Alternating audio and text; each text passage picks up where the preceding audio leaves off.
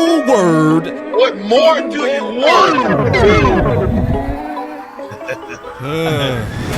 What more? Come on, Cowboy Nation.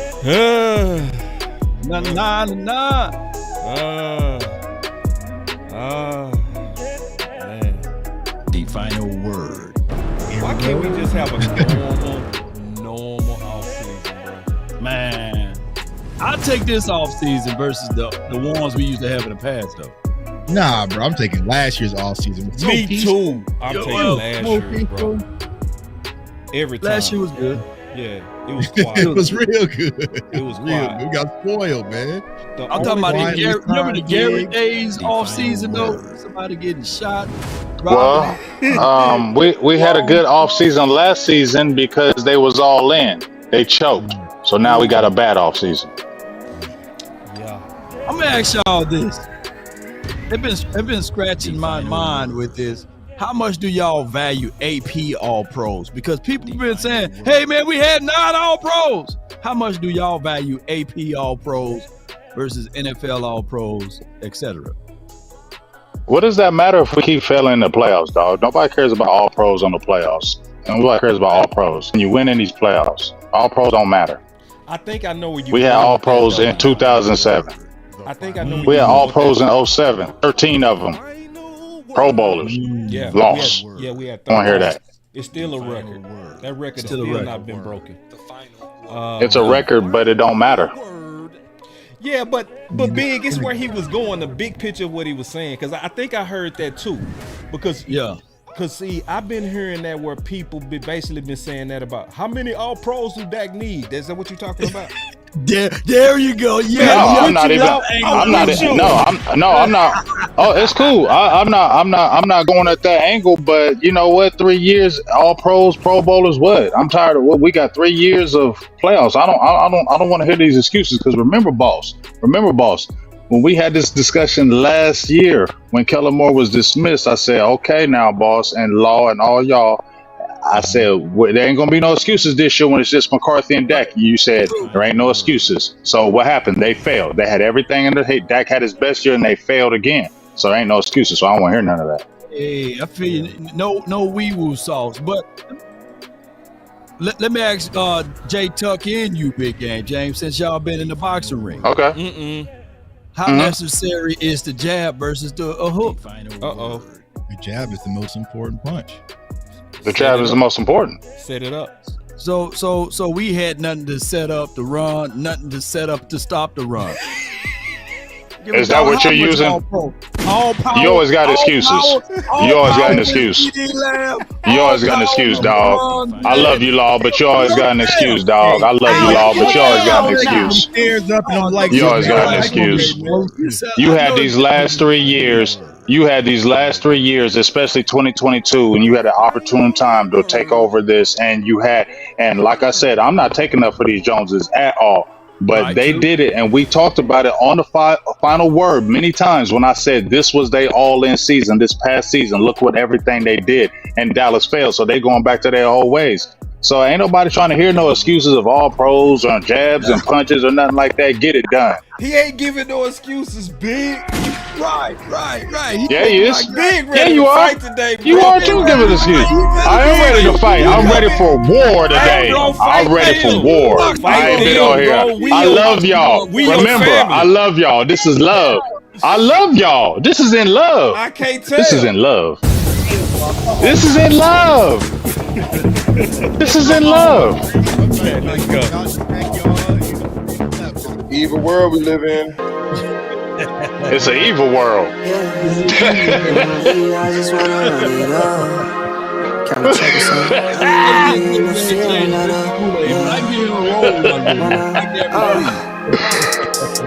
I've been really in the field, let her rush, I love the feel. Lately, I just wanna run it up. Sometimes you just want to run it up.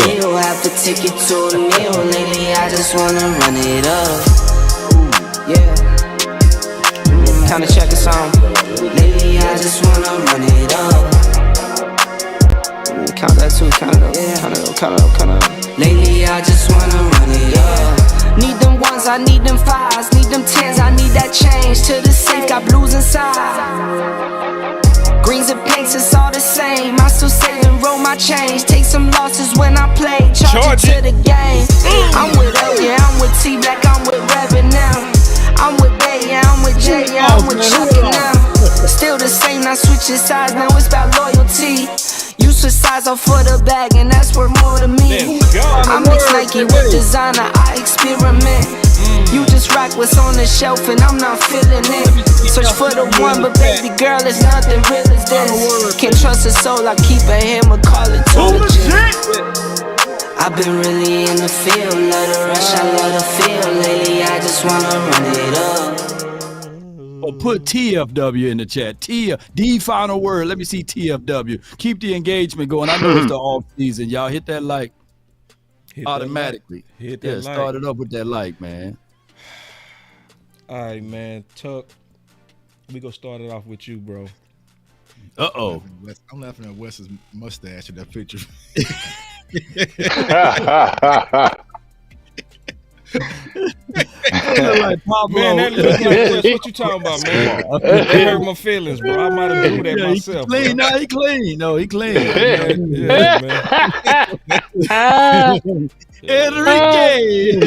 Oh, no. Suave, Rico, Suave. West Coast Suave. Yeah, man. All right, so I just let him know. He on his way in, so we go get Wes in just a second, man. My dog. All right, y'all. Let's see. Let's start with Dak. Because my question is this. All right.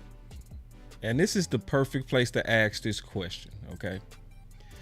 So when I go look at what came out, and they say the Cowboys and QB Dak Prescott have a mutual understanding of his contract situation, sources say, with no offers from Dallas despite him being in a contract year.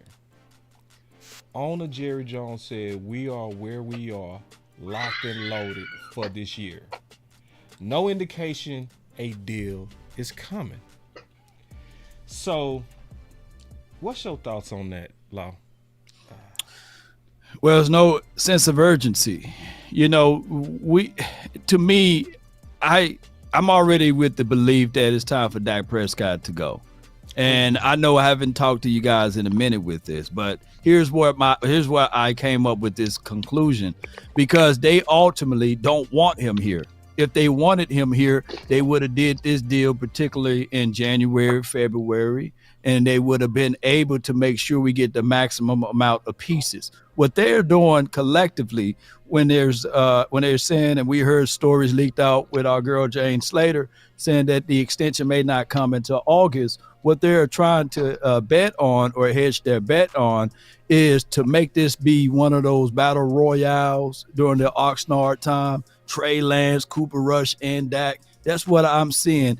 And when they said that there's no applied pressure as far as a mutual agreement that this will be something that they will look at down the line, then what will be the whole point of it all? My thing is, if you're not trying to win it all now, if you're not trying to get the creme de la cremes now, and you let that all dry up, you didn't touch CeeDee Lamb's contract. You didn't try to attempt to touch Terrence Steele contract. And we sitting back here waiting on our hands and watching the days as the world turns. It's not the way we should be looking at this. So I'm looking at it just like it was in 2019. They're looking at it similar. They're going to hold Dak Prescott feet to the fire and bet against him. And when I saw a teary-eyed Dak Prescott father saying that they betted against my son, I think that that's the same thing. They are still betting against his son. So that's why they are waiting till August. They're waiting for this showdown to be in training camp. And Big, I'm so sorry. We always start with you, big dog. No, not a problem. Not a problem at all.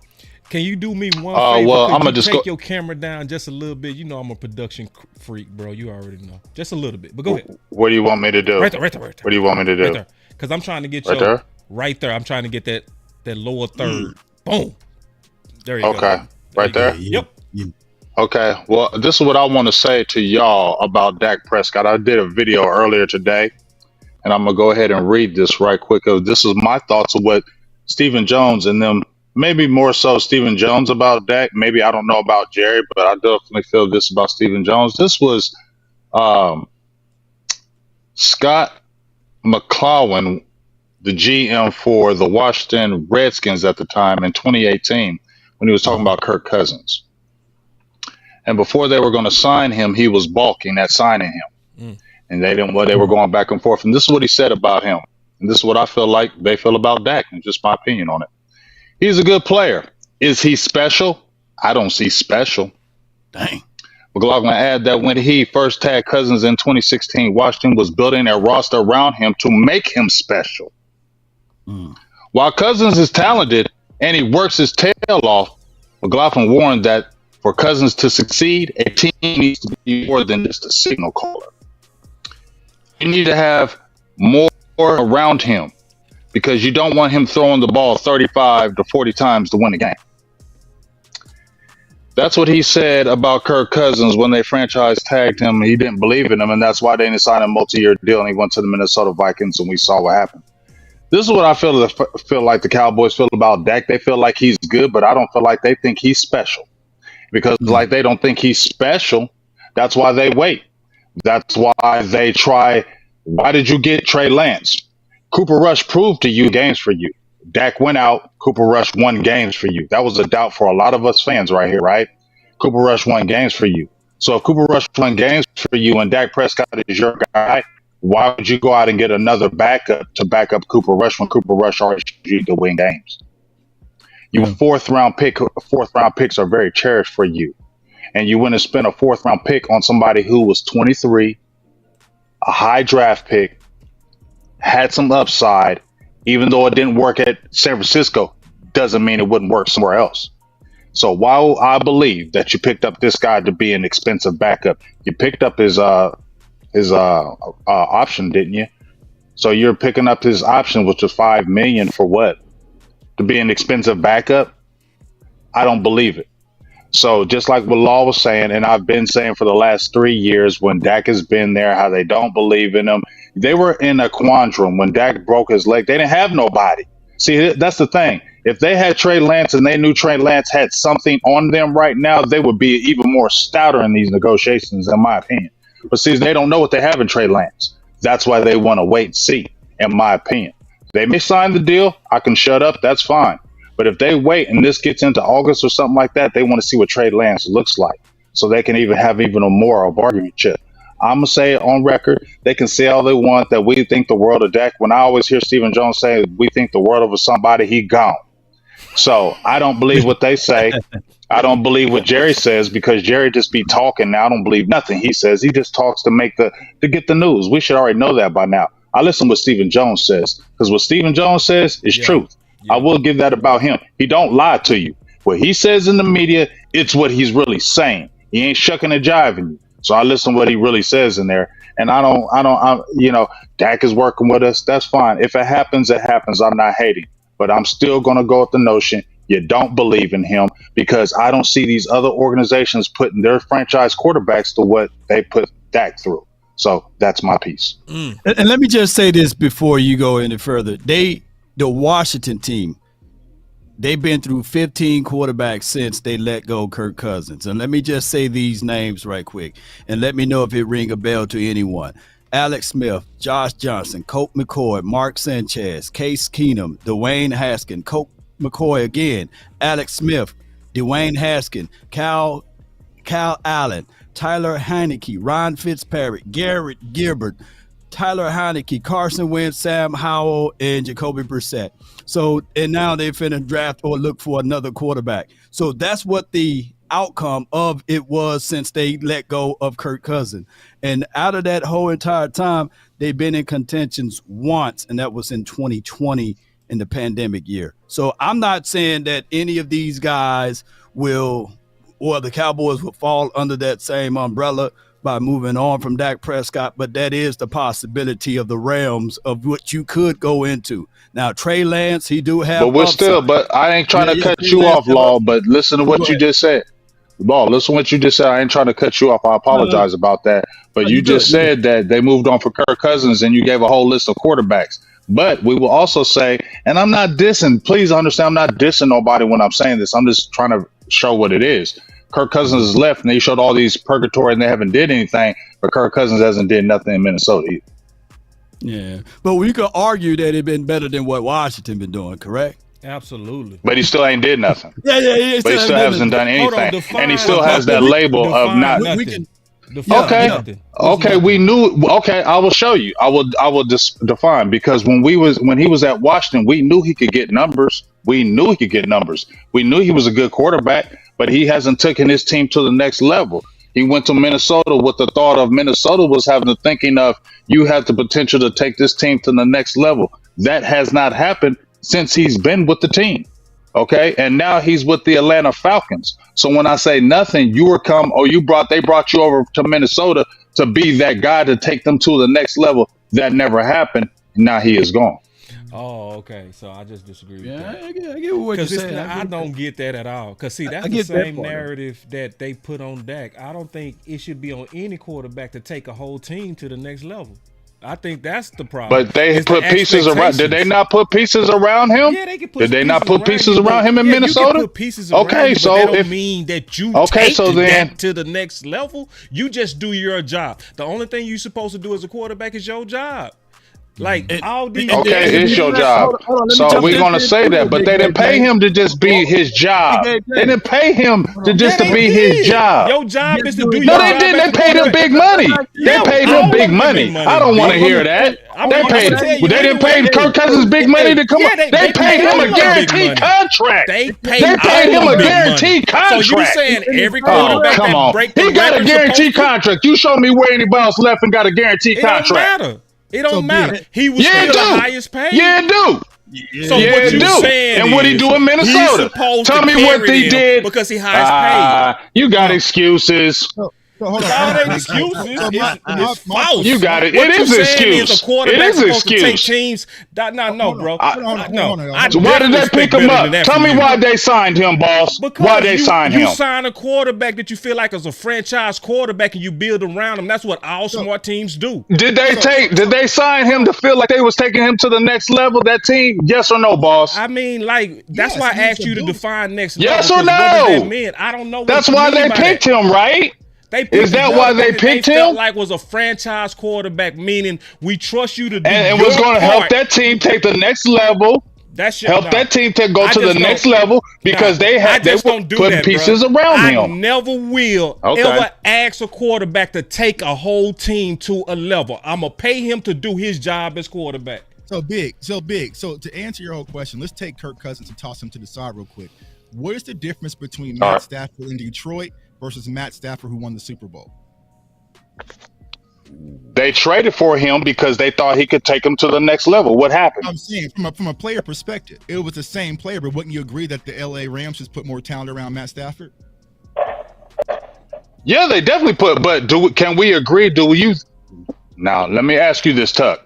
Do you honestly think, looking at Matthew Stafford and Kirk Cousins, who do you think is honestly the better quarterback? Matt Stafford.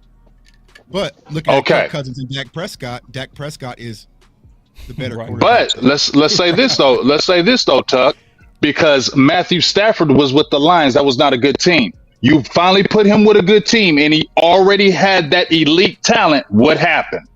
But he wasn't winning any playoff games in Detroit. So you take a Detroit was not a good team. Detroit was not a good team. Detroit did not have the talent that Minnesota had. Come on, don't do that. Kirk Cousins is not like Matthew Stafford. You're trying to trick me, and you can't do it. I'm not saying you, Tuck, but boss. But I'll argue with y'all. No, I will.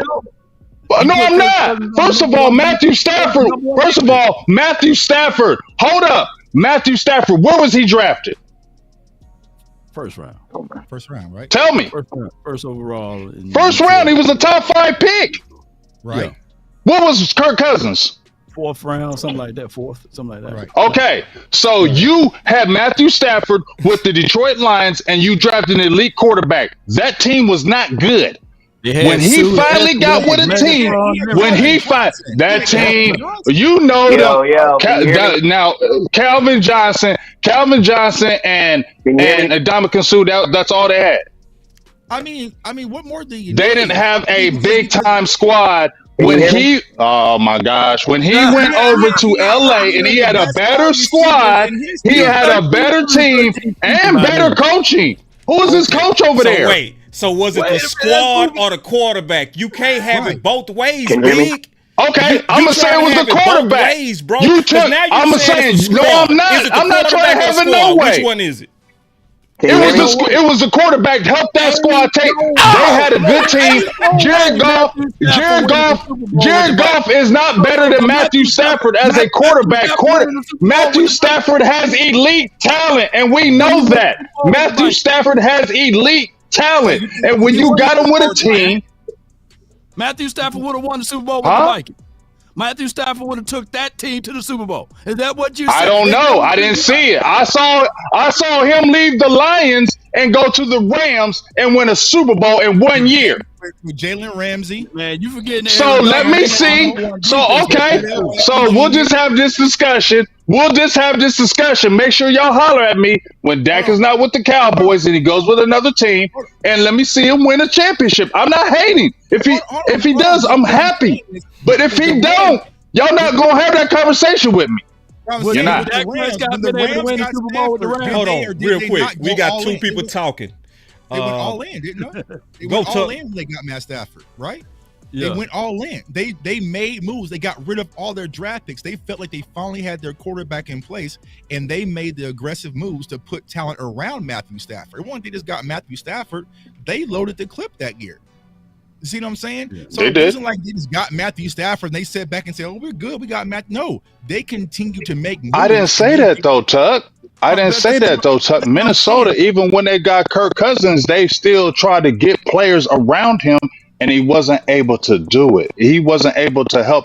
We saw him in the playoffs, right? And you can't tell me you ain't saw Kirk Cousins be choking. Don't say y'all ain't say it, so now y'all trying to act like he don't be choking.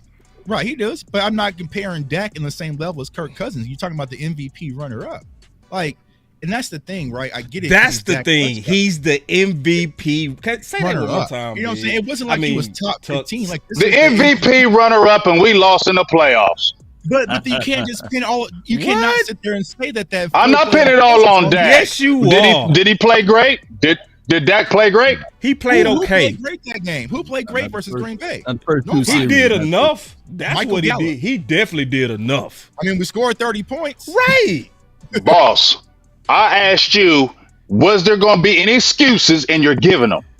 Them ain't excuses, man. Listen, we're not gonna do all that just wordplay and throwing out insults and because we've never done that bullshit. I'm not throwing insults to you, my dog. Don't do that. I'm not throwing insults.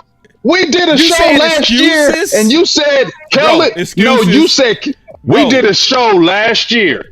You said we did a show last year when you said get rid of Kellen Moore and let's roll with Dak and Mike McCarthy and let's see what happens. And I said, okay, there's not going to be any excuses for next year then. And you said, okay.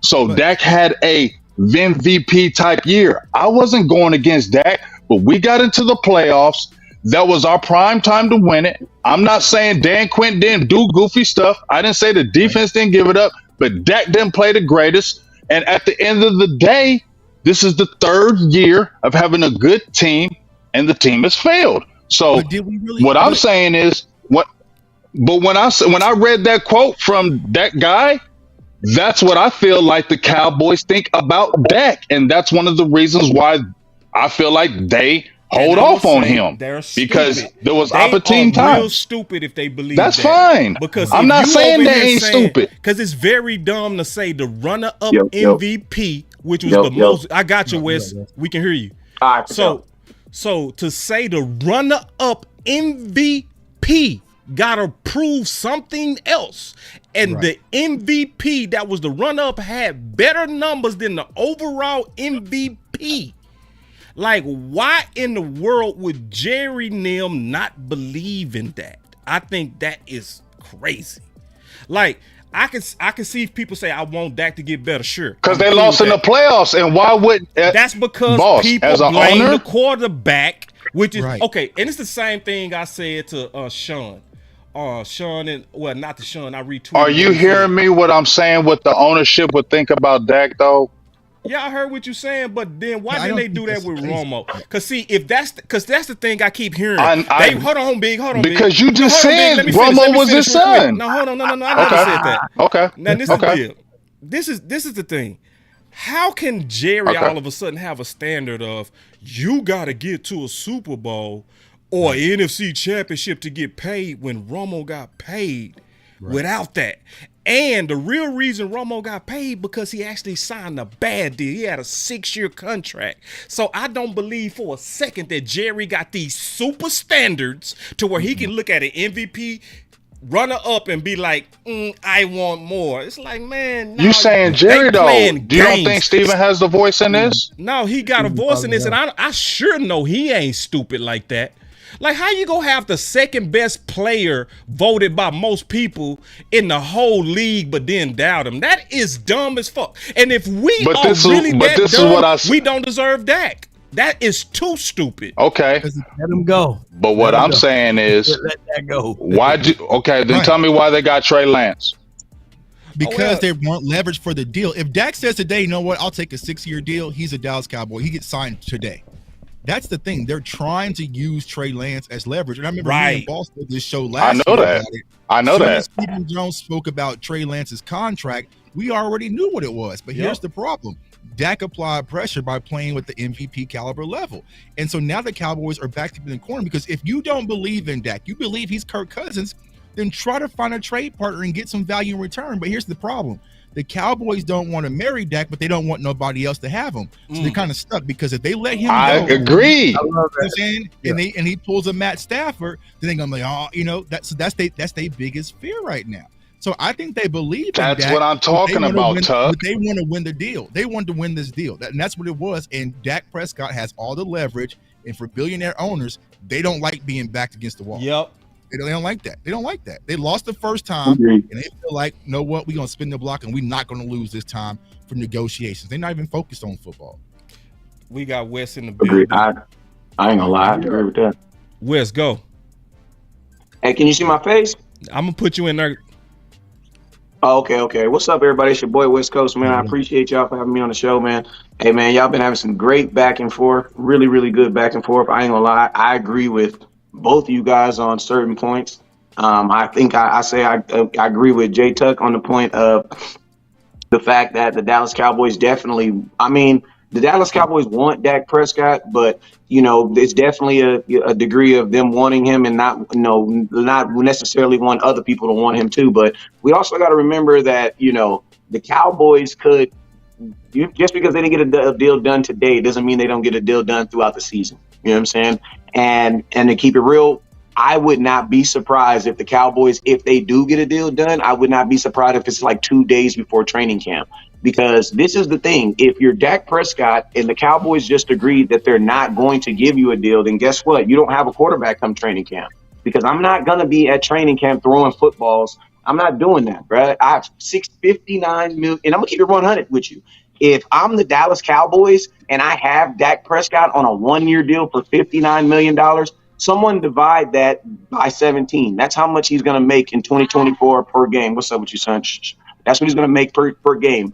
So my thing is this. I'm not paying Dak Prescott to practice at training camp. Why? Because, the grass at training camp may not be even. And guess what? He may slip, fall, and now I have $59 million out the drain. Because you guys got to remember, the last time Dak Prescott played on a 1-year deal, he did not make it through that deal. He didn't even make it through that season. He made it through, 5 games, 4.5 games, and he messed up his leg. You would think the Cowboys would have learned from that situation, especially from this player. And then let's just be real. Dak Prescott has one of the most gangsters agents of all time. If I'm Dak Prescott, and I'm just saying this right now, and I'm not suggesting this, but if I'm Dak Prescott, right, and this team is 2-4, we start off slow. What is stopping Dak on a guaranteed contract to be like, my neck, my back, my neck, and my back? I can't even play tomorrow. Matter of fact, it's the whole vertebrae. I can't even play the rest of the season. Jalen Ramsey said something on a podcast that might end up getting him in trouble if someone want to go really put their fingers on it. He was talking to, I forget the dude he was talking to, but basically what he was saying is he was trying to get a contract in Jacksonville, but Jacksonville didn't want to pay him. So what did Jalen Ramsey all of a sudden had? All of a sudden had a back injury that just couldn't prevent him from just getting on the field. And then he asked him, but what happened when you got to LA? He was like, man, you just miraculously got healthy all of a sudden, right? And he's like, man, they got some of the best trainers in the world in New York. Wink, wink, wink. This is what Jalen Ramsey is saying. Like, if I'm the Dallas Cowboys, you have your quarterback on a 1-year deal. You have your star wide receiver on a 1-year deal. You have your head coach on a 1-year deal. If this thing goes left, what stops these guys from checking out? And then my thing for Jerry Jones is, if you are all in, or if it's even winning, I don't care if it's you. I don't care what his slogan is. If it's all in or win with what we got, the common thread is, to a degree, Jerry Jones does want to win. He just wants to do it his way. Old blue eyes Frank Sinatra. He wants to do it his way. School, right? Yeah. Mm-hmm. Yeah, he wants to Frank Sinatra this thing. He wants to do it his way. But the thing is, he still wants to win. He WIN wants to win. So Jerry, how do you make sure that you still get your ultimate goal, and that is to win under these confines? Like, I don't know what the hell's going to happen in 2025, but I am very, very curious about 2024 because, man, like, Dak still has so much leverage over this team. Like, if I'm Dak Prescott right now today. Well, Dak do not want to get off the field, though. Basically, I give it what you're saying, but he's wired differently. Every chance and opportunity Dak Prescott ever got to perform, even in college, or even I believe I heard a story, even in high school, was due to the starting quarterback going down. So that's his battle cry. I remember vividly out there in 2021, meat falling from the bone from his shoulder. And they were saying, hey, man, we got to load manage you. We got to pull you up off the field. Yeah. He said, I didn't ask for a goddamn thing to be pulled off. I'm going to stay right here. Facts, and we were like, no, that's Cajun. Yeah. And Law Nation. Hold on, Wes. Let him finish. Go ahead. No. I'm just going to say that Dak is still going to throw that ball, even if it's advised for him not to. And that was the stipulation, even when his bone was all broken and bruised, even that following year. So I would say this. I think that Dak Prescott, he's going to go against that part, and he's going to always get out there on the field. And then when the season kick off, one of his other impediments that he do is that he don't negotiate contracts during the season. That's one of the things that he block off. So that's why James Slater said, I believe that this contract will get done by August. Now, give or take how you think about James Slater. But here's another in-house tool. Trey Lance is signed with CAA, which is the umbrella that even Todd Francis worked under. It's like these boys is in the same cubicle. I'm quite sure that they already worked out some type of detailings of a deal as it relates to that agency.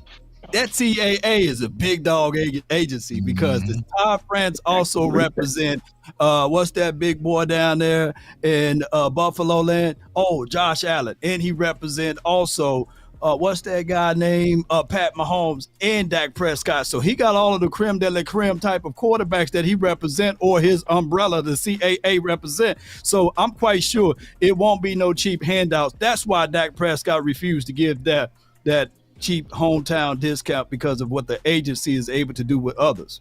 Check this out. Now, can I give it real quick, Wes? I'm gonna come back to you. Give me 1 second. I want to just kind of spin everybody to something real quick. Hold on real quick, man. Hold on. Wait. See, my boy CFT always be doing the Lord's work. He don't miss nothing. Let's just pause real quick.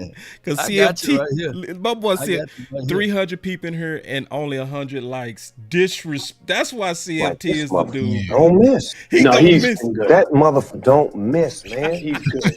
In the heat of battle, he don't miss. No. He don't miss nothing. He don't miss. Yeah, man. Appreciate that, CFT. Now, all right, I just want to say something real quick, and I'm going to go around the whole circle, so let's share. All right. So when I read this and I see that a mutual understanding of his contract, sources say they have a mutual understanding with no offers. So my question is this: which story is true? What Ian said or this? No, the cap number, it's so overblown in a given moment, because you have to look at a cap of what the situation is going to look like, not only this year but next year. When you have to, if you have to franchise because you're having a tough negotiation, not unlike we had with Dak 3 years ago. You've got to be able to account for all things. But no, I feel like we're able to cut and shoot. Dak's been willing to work with us. We've had great discussions about shoot. Dak's been willing to work with us. We've had great discussions. Dak's been willing to work with us. We've had great Dak's been willing to work with us. We've had great discussions about him and his contract. And he's all in on working with us, and we've had personal discussions with Dak as well. So, other than that, that's all we'll say about our negotiations with him. We want to keep those private, and won't get into timelines or anything like that. But certainly a priority of ours. So let me start with you, Tuck. What's going on with that, bro? Like, come on now. We see it. Cap. Stop the cap. Right? Go ahead. Somebody cap it, bro. Who cap it? Yeah.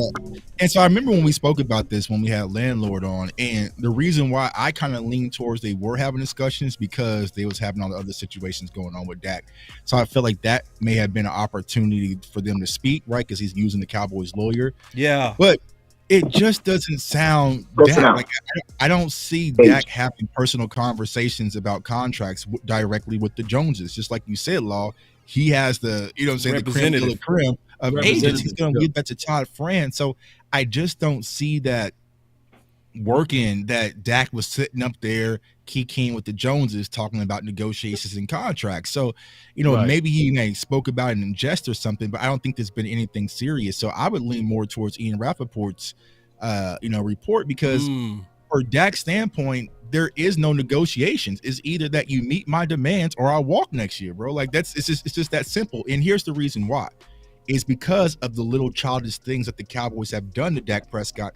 He owes them zero favors. You know what I'm saying? Y'all went and got Trey Lance and try to use that as pressure on me. Well, congratulations. I played at MVP caliber level. You know what I'm saying? So he's backed them into a corner where it's like, you're going to have to make a decision. And I think that's the biggest problem with all of this, and the frustration for Cowboys fans is, if you don't want Dak, let's try to move on and get something back in return versus letting him walk. Because this will not be a Lamar Jackson situation where Dak's a free agent, but no team is interested in signing him and he returns back. That's not going to happen with Dak Prescott. So you're going to have to go out there and just get the deal done. And me personally, if we wait till August and get the deal done, okay, that's cool. We get Dak back, but that does us no good because all the free agents are already picked over, bro. Like, we needed this money about a week ago. You know what I'm saying? Like, so that's my frustration about waiting. You know what I'm saying? Like, why are we waiting until camp to get the deal done? And then we're going to have extra money to do what? Go get some bargain basement free agents? I'm just not a fan of how the Cowboys have acted this offseason, and the treatment of Dak Prescott is unfair, and it's putting this team in a bad situation because they're sitting back saying, we couldn't get Jonathan Hankins. We couldn't afford it. We couldn't get Tyron Smith back. We couldn't afford it. They're pinning all of that. We can afford it on Dak Prescott when we know clearly they could have. Big, what's going on, man? Which side? What's going on? I mean, I'm agreeing with Tuck. I'm agreeing with what he said about, like I said, if this is your franchise guy, you're always trying to win the negotiation, right? But this has been disrespect to your franchise quarterback the whole time. So that's why I keep on saying he ain't your franchise like y'all say he is. Because if y'all say he is, y'all wouldn't put your franchise. But you mentioned yourself, boss, they didn't put Romo through this. No. They didn't put Romo through this. No. And yes, he signed the deal that they wanted, but why is Dak not signing that deal? So here's my thing. The agent that he got, just like Wes said, and we've been talking about on Burgers and Blitzes, that agent, right, that he had, Todd France, ain't no joke. Yeah. He don't play no games. He's there for murder. He's the top deal for his client, and he ain't playing around with y'all. Why did Dak drop his agency right before he was about to sign the deal and picked him up? That telling you Dak don't trust y'all. Okay? Dak don't trust y'all. And then you see everything that was put in Dak. So why are y'all people trying to tell me the Joneses believe Dak when Dak went away or had his agent put this in there? No trade clause. You ain't gonna do this to me. You ain't gonna do this to me because I know you are. I know you are gonna try to do this to me. Yeah. You made me wait for everybody got their deal before me. Now when my deal is up, you didn't even sign me. You franchised me. I broke my leg. I got $31 million. And guess what? We couldn't spend no money in no free agencies in. Why? Because you spent all that money for 1 year for somebody and you can't really get what you wanted, right? So now, just like Tuck said, now you're being hostage and they're going to put it on Dak. Well, we try to get Tyron Smith. We loved you. You're the greatest thing we ever had. But you know what? We got to sign Dak. So we can't just sit there. You're going to have to wait. So it's just like, bro, if you really believing in your quarterback, it's all about the deal. Dak ain't doing that. Okay, I don't know where y'all think Dak is going to give y'all all these concessions. I don't believe he is, because if he would have gave it to you last time. He's not going to give you these concessions. He don't trust y'all. I'm going to do what I need to do what's best for me, and that's that. Hey, I love being a Cowboy. Big game, James. Game changer. Hey, let's have some fun. Let's have a good time, man. Let's kick it. Hey, I love being a Cowboy. That boy made me hit the button twice. I got two. I got two. That boy got two. I love it. I got two of them. Which one is the truth, Law? What's going on, man? Break this down. Well, I'm just gonna say this, and I'm gonna touch on it and move off of it. Yeah, these agencies is just like, you work under a certain institution and then you break off. Just like real estate, you get your own broker's license and you be able to do a little bit more, but you still go back to get your resources from who you started from. That's all I'm saying is with Todd Francis' team. Also, when you work in a big, massive contracts like he have smaller guys to also work under it and make sure everything goes through. And one of the things that's been an impediment of the Dallas Cowboys is how we work contracts. We may think that we got good contracting people within the confines of this office, but 9 times out of 10, we get whipped really bad on some of these contracts. And it be coming back to us like, hey, we waited too late. We waited too long to move on some deals.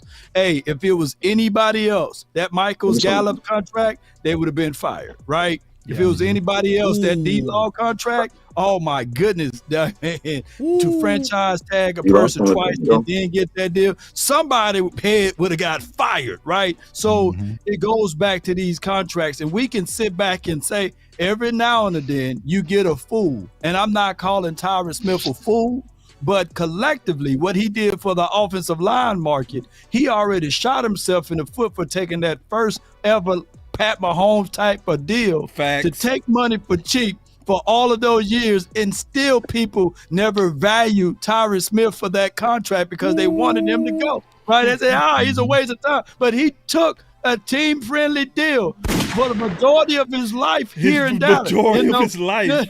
Right.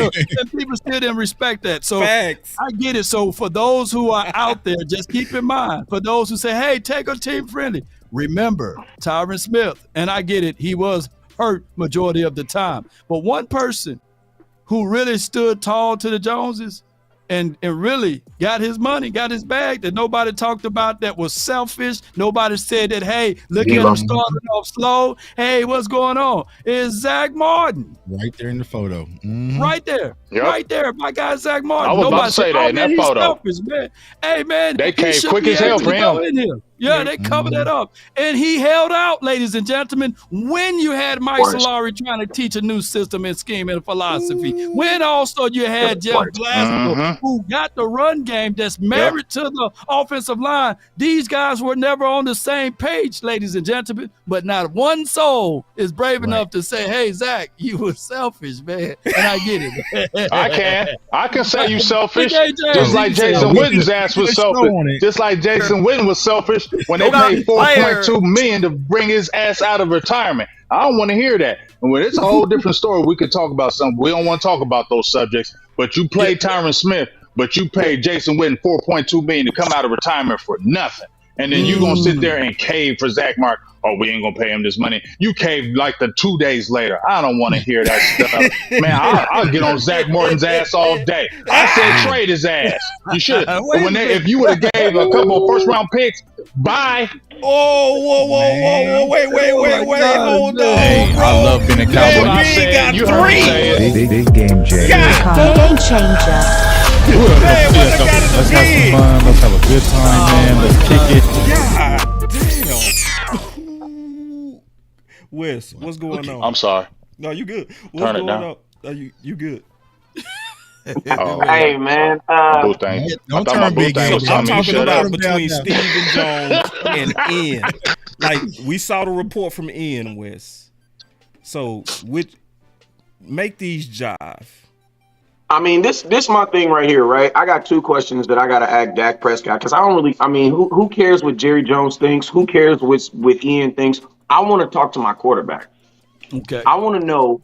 Real question. Oh, you don't answer questions now? Hold on, wait. I'm gonna ask Dak question. Look, I want to look him in his face. Where Dak? Where's Dak? Dak. Oh, I got you. Go Dak. ahead. Tad. Go ahead. Dak. Dog. Do you really want to be here? Because I'm gonna tell you this right here. Players who want to be here, you know what they do when they don't get their money? They hold out, bruh. Mm-hmm. I hear you saying that you okay with playing. So if you okay with playing, that means that you have already sat down and had a realistic conversation about the consequences of playing on a 1-year deal if you get hurt, considering that you've already went through this in life. And you said that you're okay with taking those risks. Dak Prescott, I want to know, why are you okay with taking those risks? Because I'm going to tell you this right now. If you're so gun-ho about the Cowboys, take whatever damn deal they're offering you right now. Take it. Because if you're that gangster about, I'm just going to go out there and I'm going to show them, bro, why show them? Take the deal. Take the deal. Hey, But there's a deal out there. I promise you that. Yeah. But I'm going to be honest with you guys. Listen to me. Somebody said it earlier. I think we are at the point now where it's like all that love for the Cowboys, that messes out the window. Dak is playing right now for Dak Prescott. And I'm going to keep it real. I still lean on the fact that I am not going to put someone on the field that can literally say on 3rd and 8, you know what? My back hurt really bad, bro. And I can't do nothing about it, bro. Nothing. He's getting the $59 million regardless. I can do nothing. I'm sorry. Like if I'm Jerry Jones, do you think he's gonna do that, Wes? Yeah, he ain't gonna do it. I just want to finish my point. If I'm Jerry Jones, he's not doing that. Go ahead. Listen to me. If I'm Jerry Jones, what was your question, comes a Big? moment. Hold on real quick. I'm sorry, Wes. What was you asking, Big? Go ahead. All I was saying was Dak don't do that. Dak ain't going, oh, I'm hurt. I ain't seen Dak do that. I ain't seen Dak do that. My neck and my back. I was going to get to that point, right? Go ahead. The last time Dak Prescott did a contract, you know who he was? He was Dak Prescott in the club with the hell, man. You know what I'm saying? Rolling around with the big car, you know what I'm saying? With his boys in the back. Bruh, today, Dak Prescott is a dude that's about to get married with a baby. Bruh, he got a different mindset right now. Kids change you, bruh. And I'm going to be honest with you, that's why I believe today Dak is okay with betting on himself. You want to know why? Because he's thinking about, bro, I'm going to have to deal with you guys for the rest of my life and my career. If I'm Dak Prescott, bro, that's worth going to go take. And think about this. We all said, oh, my God, worst case scenario, Dak Prescott's going to have to play on listen to me. The worst case scenario, Dak's going to get $59 million for 1 year. Bro, I don't give a damn how you spend that. There ain't no bad in that for Dak. There ain't nothing bad about that. He's winning regardless. I got something to add to. Hell yeah, some bad. I got something to add to. The one time that I saw Dak Prescott a little pissed about the organization was the day after they signed Trey Lance. And remember, he was good buddies with Will Greer. They had the same workout coach. He was pissed. The offseason. And then they asked him, are you surprised Dak, are you surprised? And he said, don't nothing surprise me about this organization. You right, I wish I had that clip man, to put this out there. And you put a quarterback that's a little bit taller than you, 6'4", got a strong arm, and hey, needs some development, needs some good coaching or what have you. And then you slap number 15 on him because that was his number that he had in college. And now you're sitting back here looking like, oh, I got to make sure that I don't miss any days. Oh, I got to be on my no. P's and Q's. So yeah, man, Dak Prescott is that dude, Wes, that also say pressure is a privilege. And I don't think that he's going to walk back his words, even when time. He talks a real good game before the games. And I'm not beating up my guy, my Cajun warrior, Dak Prescott. Yeah, but remember you're just telling the truth. Before we played the doggone 49ers, he said, yeah, Put honey all over me. I want the man to come get me. And I was like, wait a minute, Dak, hold on. But here's Law, from a fan standpoint, I think that's a great way to think. But I will say like this. Dak Prescott did not hire Todd Francis so that he can be alone in these tough decisions. Right, listen to me. You hire a dog for a fight. There's a reason why he has Todd Francis. And I'm going to tell you this right here. Me and Boss Cowboy said this 2 years ago. It didn't matter what this deal was about. The Dallas Cowboys were not going to do another deal with Todd Francis. There's a reason why. I'll be honest with you. Think about this. Go look at Derrick Henry's agent. Who's Derrick Henry's agent? Who's representing him right now? They didn't even call Derrick Henry. Same person. They didn't even call Derrick Henry. You want to know why? Because they're like, bruh, if Derrick Henry is represented by Todd Francis, we already know what he's about. No reason to call him. We don't want to deal with him. CAA Sports. And I'm gonna tell you, this is the last thing I'm gonna say on Dak. If Dak does play on a 1-year deal for $59 million, listen to me, man. We're not getting that. Bro, if you don't take that risk to go back and sign with the Dallas Cowboys. Don't buy 4 jerseys in 2024. That's all I'm gonna say. You do not take that risk to then go back to what can the Dallas Cowboys sign him and give him to thank him for playing on a 1-year deal? And think about this. What if he wins a Super Bowl? What if he actually wins? This is one of those things where Frank Lucas said, man, your success is going to take a shot at you. Because if Dak wins a Super Bowl on a 1-year deal, win $59 million, then guess what? The lowest you can pay him is what? 65. It's going to have to be 65. Well, here's what I'll say, where I kind of agree with Wes, right? Dak ain't winning no Super Bowl here. But the one way that Dak Prescott can lose this deal is go out there and get hurt. So what I slightly agree with Wes. Do I think that Dak will be like, I'm not playing today? No, he's always going to be out there. But you might see the case where it's 4th and 10. He might not put his nose down and run and try to get those extra yards like he would if he had a guaranteed contract, because what's always going to be back in the back of his mind is 2020. You know what I'm saying? So for me as a Cowboys fan, it's like I don't want that dark cloud over Dak's shoulders while he's out there playing, because he's going to be out there trying to prove himself, like those different types of things. Yeah. And the one thing I guarantee that Todd Francis is saying, like, okay, we're going to gamble. The only way you can lose, the only way, even if you throw 25 interceptions, Dak, you still going to be good. But if you go out there and you get hurt, you know what I'm saying, you're going to lose. You know what I'm saying? So that's the one thing I kind of agree with Wes is I don't think he's going to miss on purpose, but it's going to be that thought in the back of his mind, like, I could have jumped over a pile and kind of did like I did versus Philly, but not today. Not on this 1-year deal. We can't risk it. So I'm going to slide and we're going to punt. You know what I'm saying? You know what it is, Jay Tuck? Hold on. Wait. Y'all getting crazy. You got a lot of preachers. Man, y'all going crazy, man. Think about this. Hold on. Wait. All right. Because I love you, Law. What up? Amp love you too. Any teammate, and hopefully just, obviously understand it's a business. That's a first-round talent, and you're always trying to make your team better. But that was the front office, so we're going to welcome him as we do any teammate, and hopefully just he makes us better, and then we're going to continue to get back at it and know we've got one goal as a team. Would you know anything about him, like paths cross at all? Paths cross, I guess.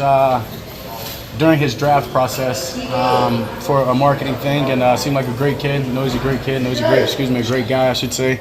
And as I said, ready to welcome him to the team. Did the trade surprise you at all? To be honest with you, I'm not surprised by anything anymore. He's been in this league 8 years, been on this team. Same, man. That's what you was talking about, Law. Yeah, he said nothing surprised me anymore. And then if you see, like, if you had the visual, and you may have, the countenance on his face.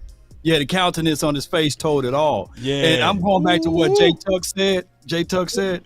Basically, what Dak Prescott is in, he's in the interrogation room.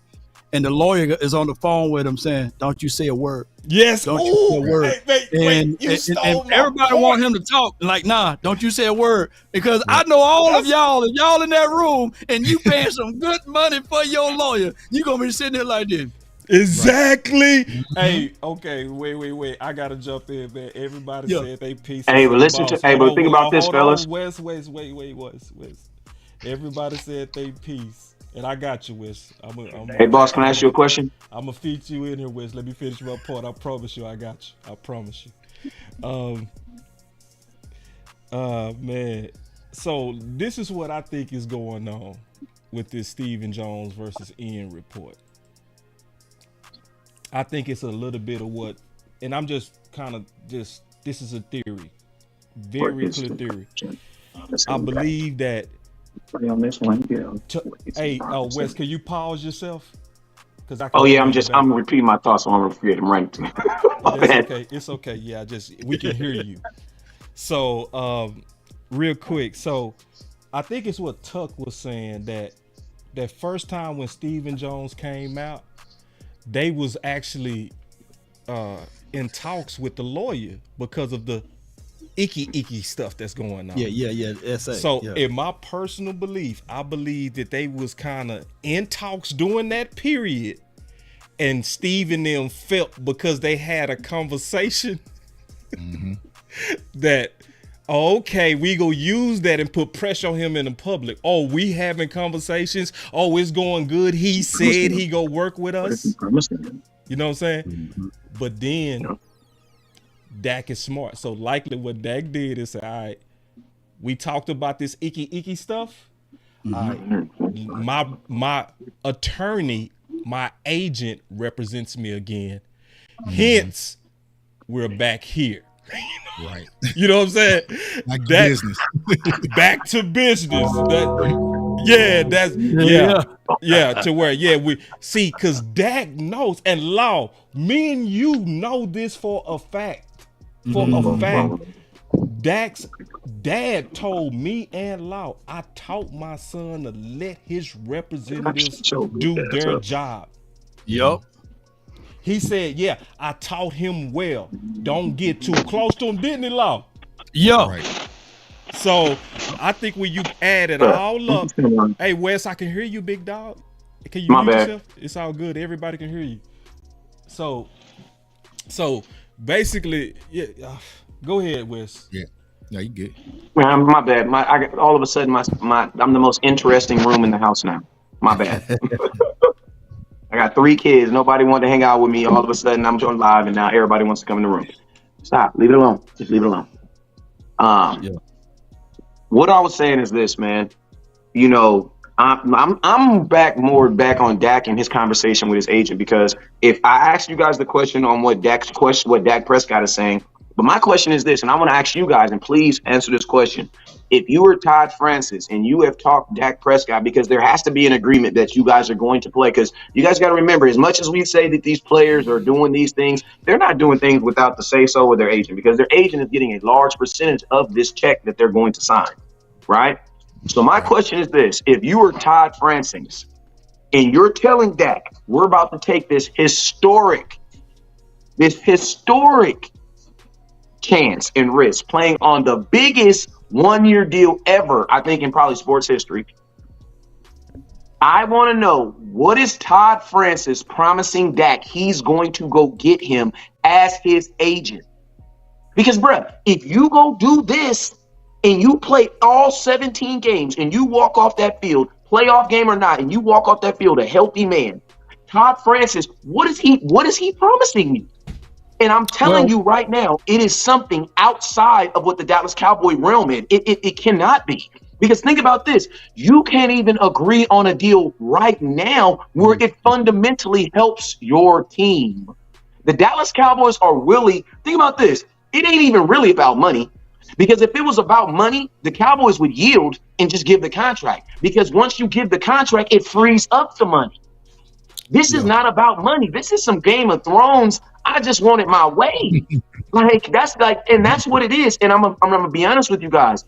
The Dallas Cowboys, I think we've seen a regime change as far as Jerry Jones and Stephen Jones. Because Jerry Jones is a guy who put championships in this building, in our building. Stephen Jones, he was not a real executive when we was winning those championships. You know what I'm saying? This is the era of Stephen Jones that we are living in right now. And to be honest with you, there's moments where we are literally grabbing on screens. So that's why me right now, if I'm Jerry Jones, I think Big Game James, I was listening to you when I was pulling up to my car, when I was pulling up here, and I got to agree with you, brother. If the Cowboys have legitimately checked out with Dak, start Trey Lance, bruh. It don't make no sense. Why would you let him go run it up on you, knowing that you're not going to get anything from you? That makes no sense. You might as well start Trey Lance. You have no. And listen to me. I do not agree with Trey Lance. I don't agree with it. I don't agree. Listen to me. I don't agree with this. I'm just speaking from business standpoints. I'm not going to let someone like Dak go get this ridiculous contract on. Think about this. Man, unless he wins me this is sad that we even haven't. Boss, ain't no this. way you just said what you said. If Dak doesn't win me a Super Bowl, I paid him $59 million for nothing anyway. If he doesn't win me a Super Bowl this year, if he doesn't win you a Super Bowl, you paid him $59 million for nothing. So I'm saying from a business standpoint, if you have legitimately checked out with Dak, move on. Don't try to stay with him because of the kids. That don't ever work. But the problem is with all this is the Cowboys' fault. It's not Dak's fault. Right. Y'all franchise. It's not. They should have signed him in 2014. Go, Tuck. Please. Yeah, I'm saying. So this is the Cowboys' fault. It's not Dak's fault. They should have signed him before Carson Wentz and Jared Goff, and then maybe look how many times Carson Wentz has been from team to team, right? The Cowboys, they kicked this money back. They kept playing with Dak Prescott, and not only did they play with Dak Prescott, they tagged him twice. They made him go to the negotiations after the injury. Even now, what did they do? They got petty and brought in Trey Lance. So from Dak's Prescott's standpoint, like you're saying, Wes, the reason why it's not just about money, it's about principle with Dak, because y'all keep playing with my name every damn time y'all get an opportunity. You know what I'm saying? So I'm not doing you no favors because there's no incentive for Dak to do so. You know, you take away his wide receivers and Amari Cooper and make him go out there and play with, a bunch of, randoms at wide receiver. And now you're smearing campaigns on the radio. You're doing everything is always something when it comes to Dak Prescott versus just showing support, saying this is our quarterback. Pat Mahomes didn't go through none of this. Justin Herbert didn't go through none of this. Josh Allen. That's what I said, though. That's what I said, though, Tug. I've been saying that though, Tuck. I said I'm vilified for saying that. They don't believe in him. So you're saying all this, Tuck. You're saying all this, and it goes back to what I was saying. And so that's what and listen, this is the reason they are looking at. I said when they're talking about, we was all in this year. No, look at last year. They were all in last year, in my opinion. They signed Malik Hooker. They signed Donovan Wilson. They signed Terrence Steele, Trevin Diggs. Went and traded for 2 players, which they never trade picks for. They got rid of Kellen Moore. They drafted defensive tackle in the first round in over 20 years. When they were down on offensive linemen, they picked up La'el Collins. They did pick up Rashard Evans. They were, in my opinion, were doing all this to say, okay, Mike, let's see. Okay, Dak, let's see. And I told you this, boss. I told you this, Law, that they were doing this. And they did this all year. Okay, we're going to sit back and we're going to let you do it your way. And guess what? When they felt like, okay, you failed, so you know what? We're going to do it this way now. We're going to go back to our way now. We stepped out and we did this for y'all, and it failed, so we're going to go back to our side. Now, y'all keep on telling me they believe in him when Tuck just gave me 72 reasons why they don't believe in him. Okay? So, let me say this in closing. No, they believe in the good old boys, and Dak ain't a good old boy to them that's too. What it is. That's what it is, Big. It's not they don't believe in. Dak's not a good old boy to them. Player. He's not the happy hour guy. You know what I'm saying? Listen, there's no more good old players. Say that one more time.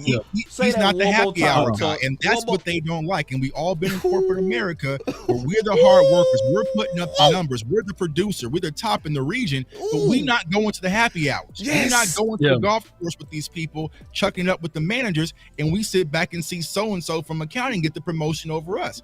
That's when it comes to Dak Prescott. It's not about talent. The Cowboys are smart enough to know we are a better team with Dak Prescott, but he's not our guy. We have no control. And the Cowboys like control, whether it's over their players, whether it's over their coaching staff, whether it's over their media. And when them strings aren't bad, they will flip out and they want to have control. They don't have control. Can I ask you this though, Tuck? You don't think those last 3 playoff appearances are in their head too? You don't think them last, and I'm not saying it's all on Dak. I'm saying from their in their heads. Those last 3 you have good teams. And man, whatever, dog. I heard Stephen Jones saying that meeting when he was like, we need to get players in here that can get us over the hump. Now, well, I don't believe them last 3. I want. I know that's cool. Hey, we all do that. But I'm just saying. With that, Big, they was about to welcome Dan Quinn back with open arms, and he was the biggest. You know what I'm saying? Yeah, that's what I'm saying. It's contradictions.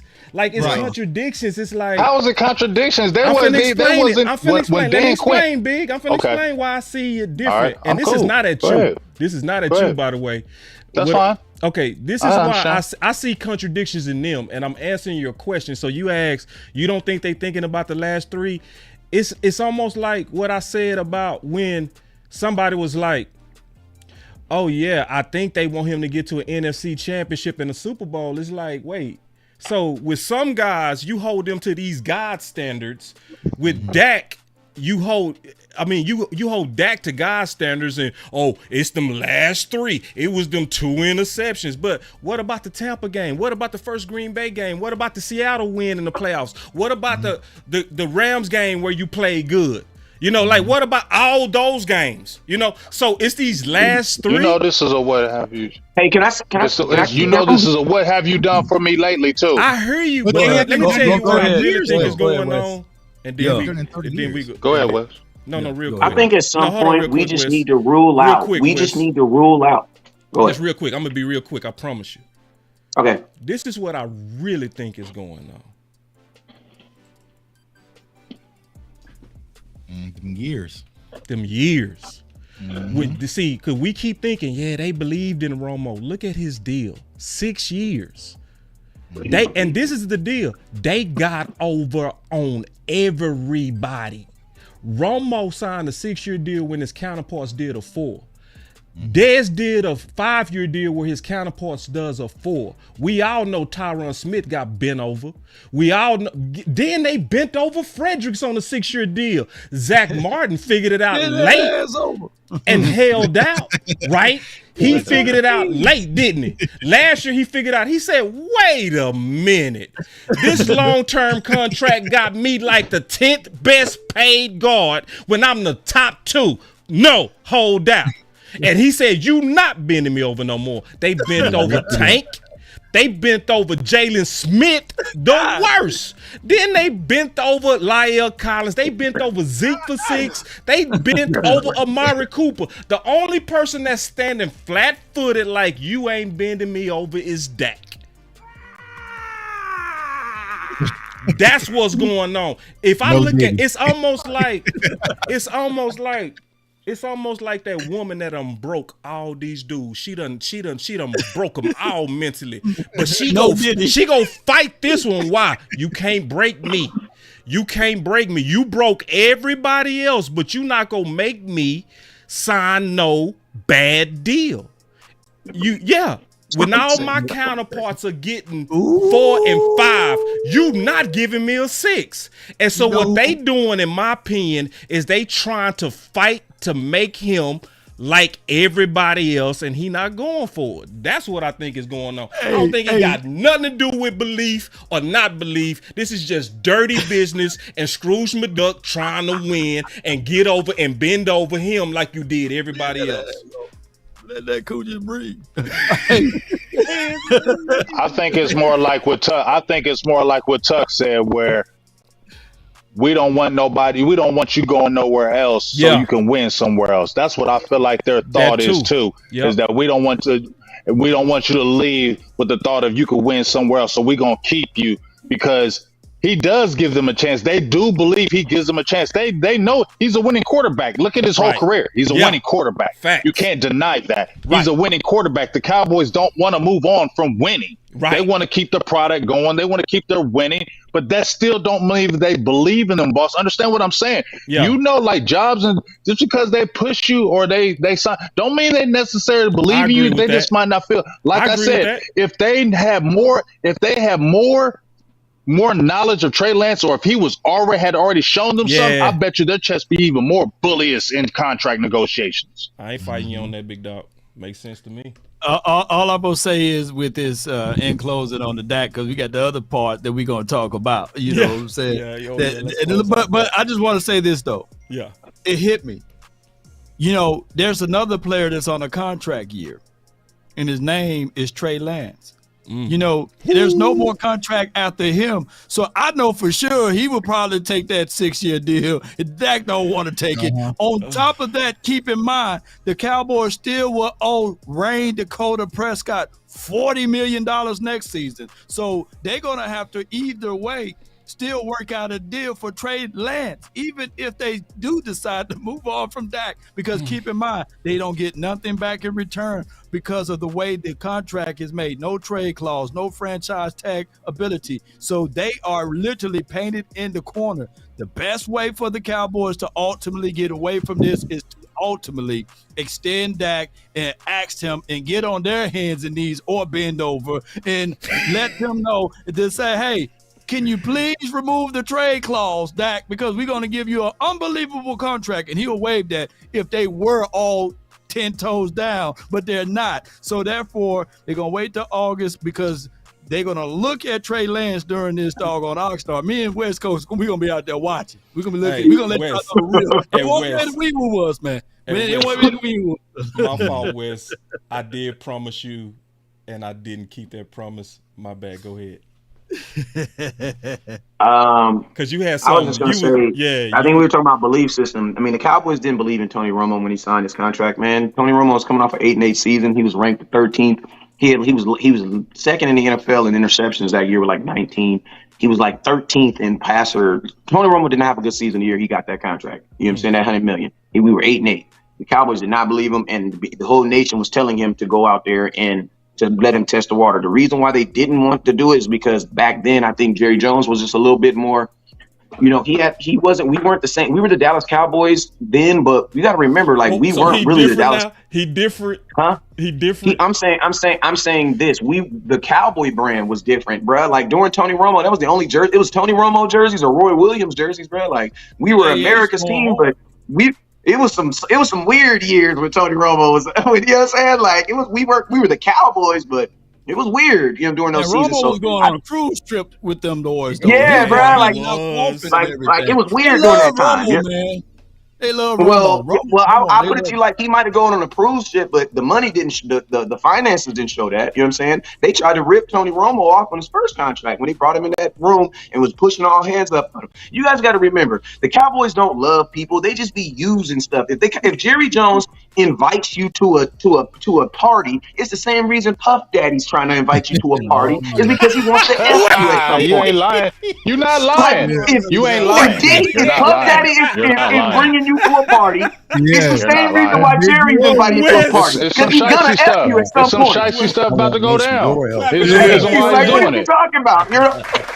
Play that. I want to get some glory hole. Play that. I want to get some glory hole. Man, clap it up. That was loud, Wes. Play it. That was great, Wes. That was a good one, Wes. That was a good one. I got it. Made sense. Can we get some glory hole? Yeah, who got the glory hole? Can we get glory hole? Can we get some glory hole? Can we get some glory hole?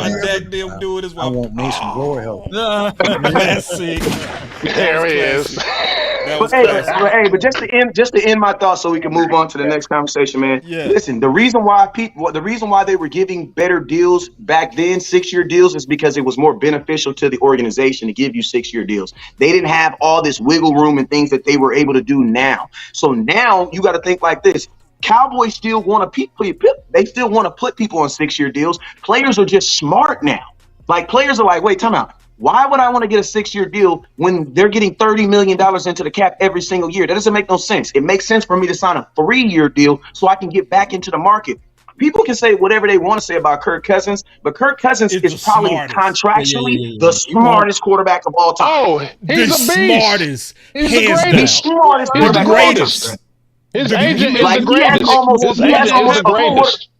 Think about this. He has almost 400 million. He's made almost $400 million and almost guaranteed. This is money that he for sure has in his bank account. Yes. But he just signed a 3-year deal. I feel like Kirk Cousins kind of knows what he is too. I feel like Kirk Cousins knows what he is. Because think about this, James. Think about this. He knows what he is. He knows how to manipulate that system. Hey, and James, think about this. I'm gonna think about this. And Kirk Cousins never Michael Gallups himself. You know what that is? He never signs a contract that he really. Because like Michael Gallup signed a contract that we were all like, bro, come on, Mike. You know you was not gonna be able to sell all that dough, bro. Come on, bro.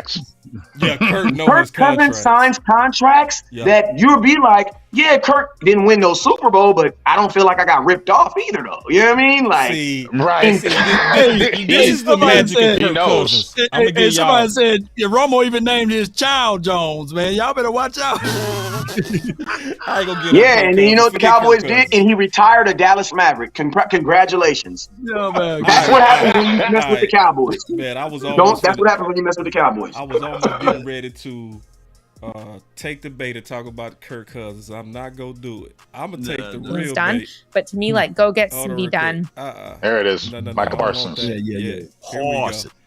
Here we go. That Micah Parsons. Micah Parsons. I got you, big. Let's go. You're just going to pay him more. You know you want him. Mike is an interesting one because I think that. Real quick, shout out to Yahoo. You know, she stole this point. I'm gonna say mine. Yeah. Shout out to my Yahoo girl right there. Is my girl, Joey. Fantasy football show. We want to make sure that y'all know that the full link is in the description. We always want to do that. So I always do that for. What'd you say, Wes? Nothing, man. I'm just.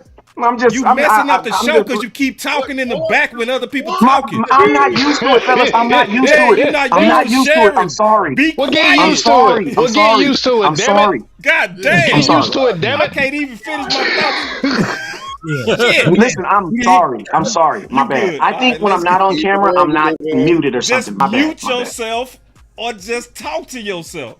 All right, here we go. My bad. You good. Here we go. I was talking to a defensive coach from another team about this, and I was just trying to understand because, like, on one hand, we see Micah's sack numbers, we see what he can do, but it's like, think about the biggest games that they had, the games against San Francisco, the playoff games. Like, what did Micah do in those games? And I had one coach tell me, when the Cowboys are winning, Micah's a Hall of Fame player. When the Cowboys need him most, he's pretty average. And I was asking, I'm like, okay, well, if he's taking off some plays, like people say Chris Jones takes off plays, like I still think he's worth the money. I still think he's helped the Chiefs to Super Bowls. And this coach, I think, wisely told me, Chris Jones takes off some plays, but he makes them when they matter most. Yeah. Micah is not 100% on all plays, but he kind of makes them when they matter least. And I'm not saying least, but he's not making them when they matter most. So I would say, like, you have to decide. That sounds like the whole Cowboys team. That sounds like the entire. I know. When I told this, that's a good cover, right? That's a good cover. That's a good cover. That my guy go, man. Come on, baby. Let him go. All right, I'll let him. You want me to let him go for real? Because I'll let him go. Someone in the front office, they started. No. I want y'all to go like dive. Y'all dive all in that. Don't let him cover it up, then. I want the real from all of y'all. You go get the real. I'm waiting to give that real. The real on this right here. I'm waiting. What she saying? Yeah. What she said from the anonymous coach that said that Michael Parsons. Let me know when it's my turn. Go big, you first. Go big. I mean, it's big, you first. I can't wait. Let's go. Go ahead, Big Game, James. Okay, I'm first. Oh, yeah. Big Game, you gonna go? Oh, yeah. Yeah, he first. Okay. Yeah, I'm gonna go first. I'm be quick. Give him the other horn, boss. Give him the other horn. Wait. No, give me the other horn. No, I got a horn for you. I got a horn for you, Big. There it is. Swallowed up. Have you ever been swallowed up? Have you gone through a time of swallowing where everything was overwhelmed? Nah, bro, I ain't gonna do you like that, Big. Big, I ain't gonna do you like that. Hey, I got you, Big. I know what you want. I know what you want. Go, Big, go. That's you right there, bro. We got you, Big.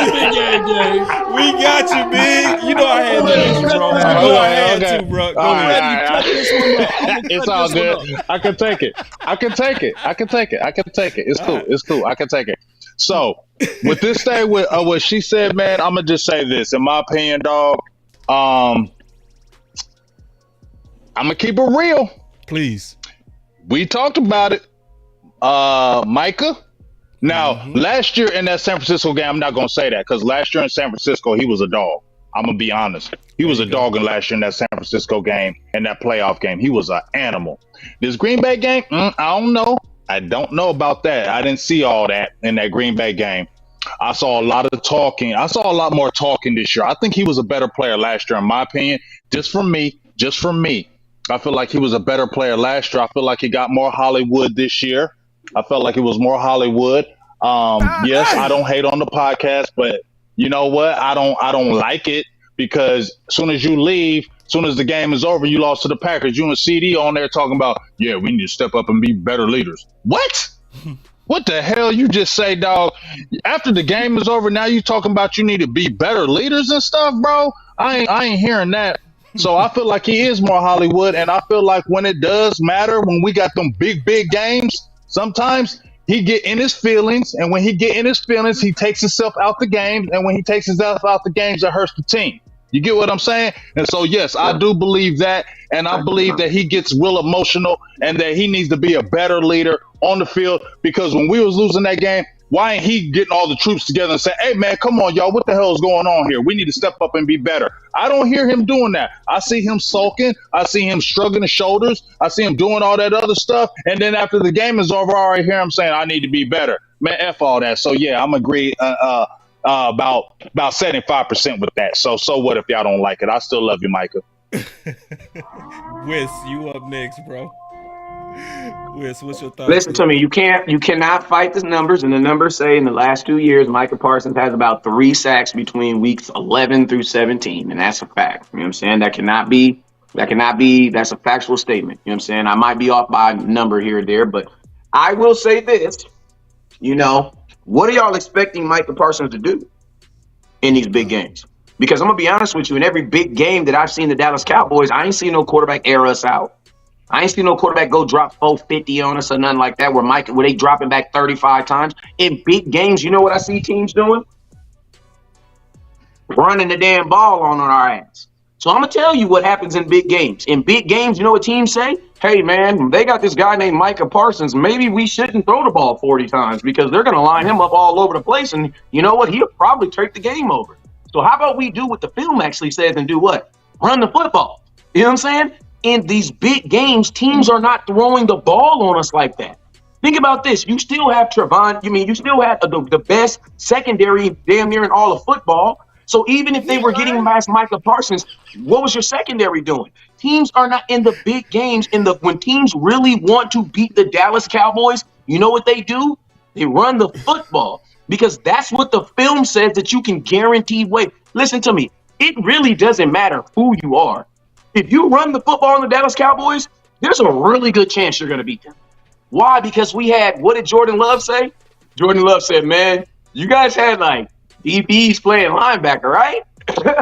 That's what Jordan Love knew going into the game. So it's like, I don't know. I don't think that even if Micah would have had 5 sacks versus Jordan Love in that Green Bay game, I don't think we win that game still. I still don't think we win that game. Sacks. Oh, that would have made a big difference. I don't want to hear that. So then my question is this. So what happens to Aaron Jones? My question is this. What happens to Aaron Jones?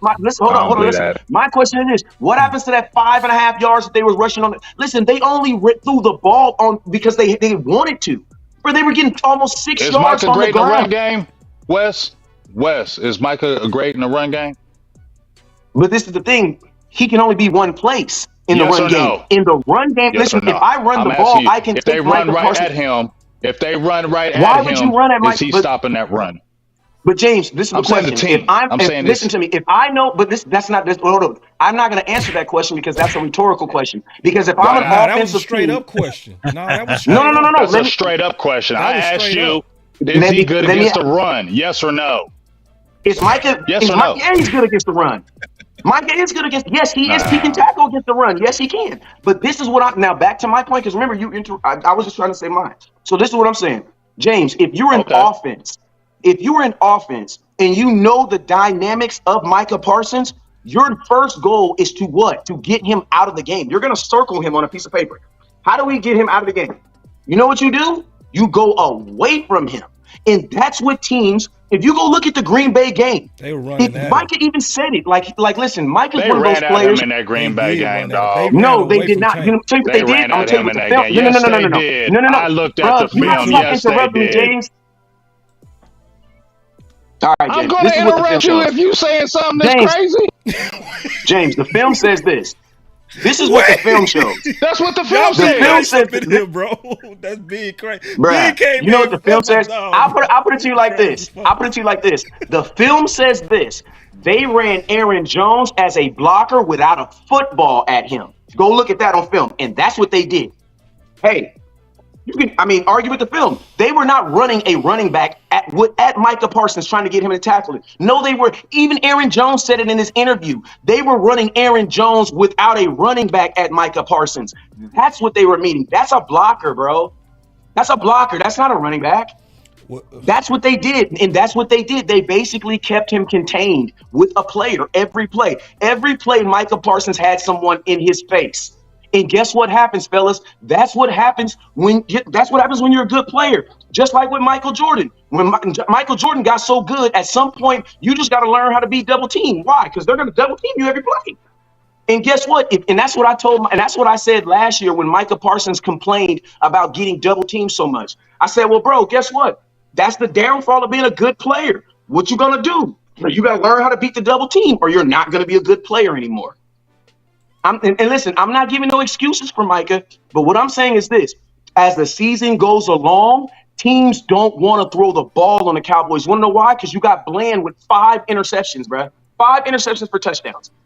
Teams are already saying if Micah don't get us, freaking Bland's going to get us.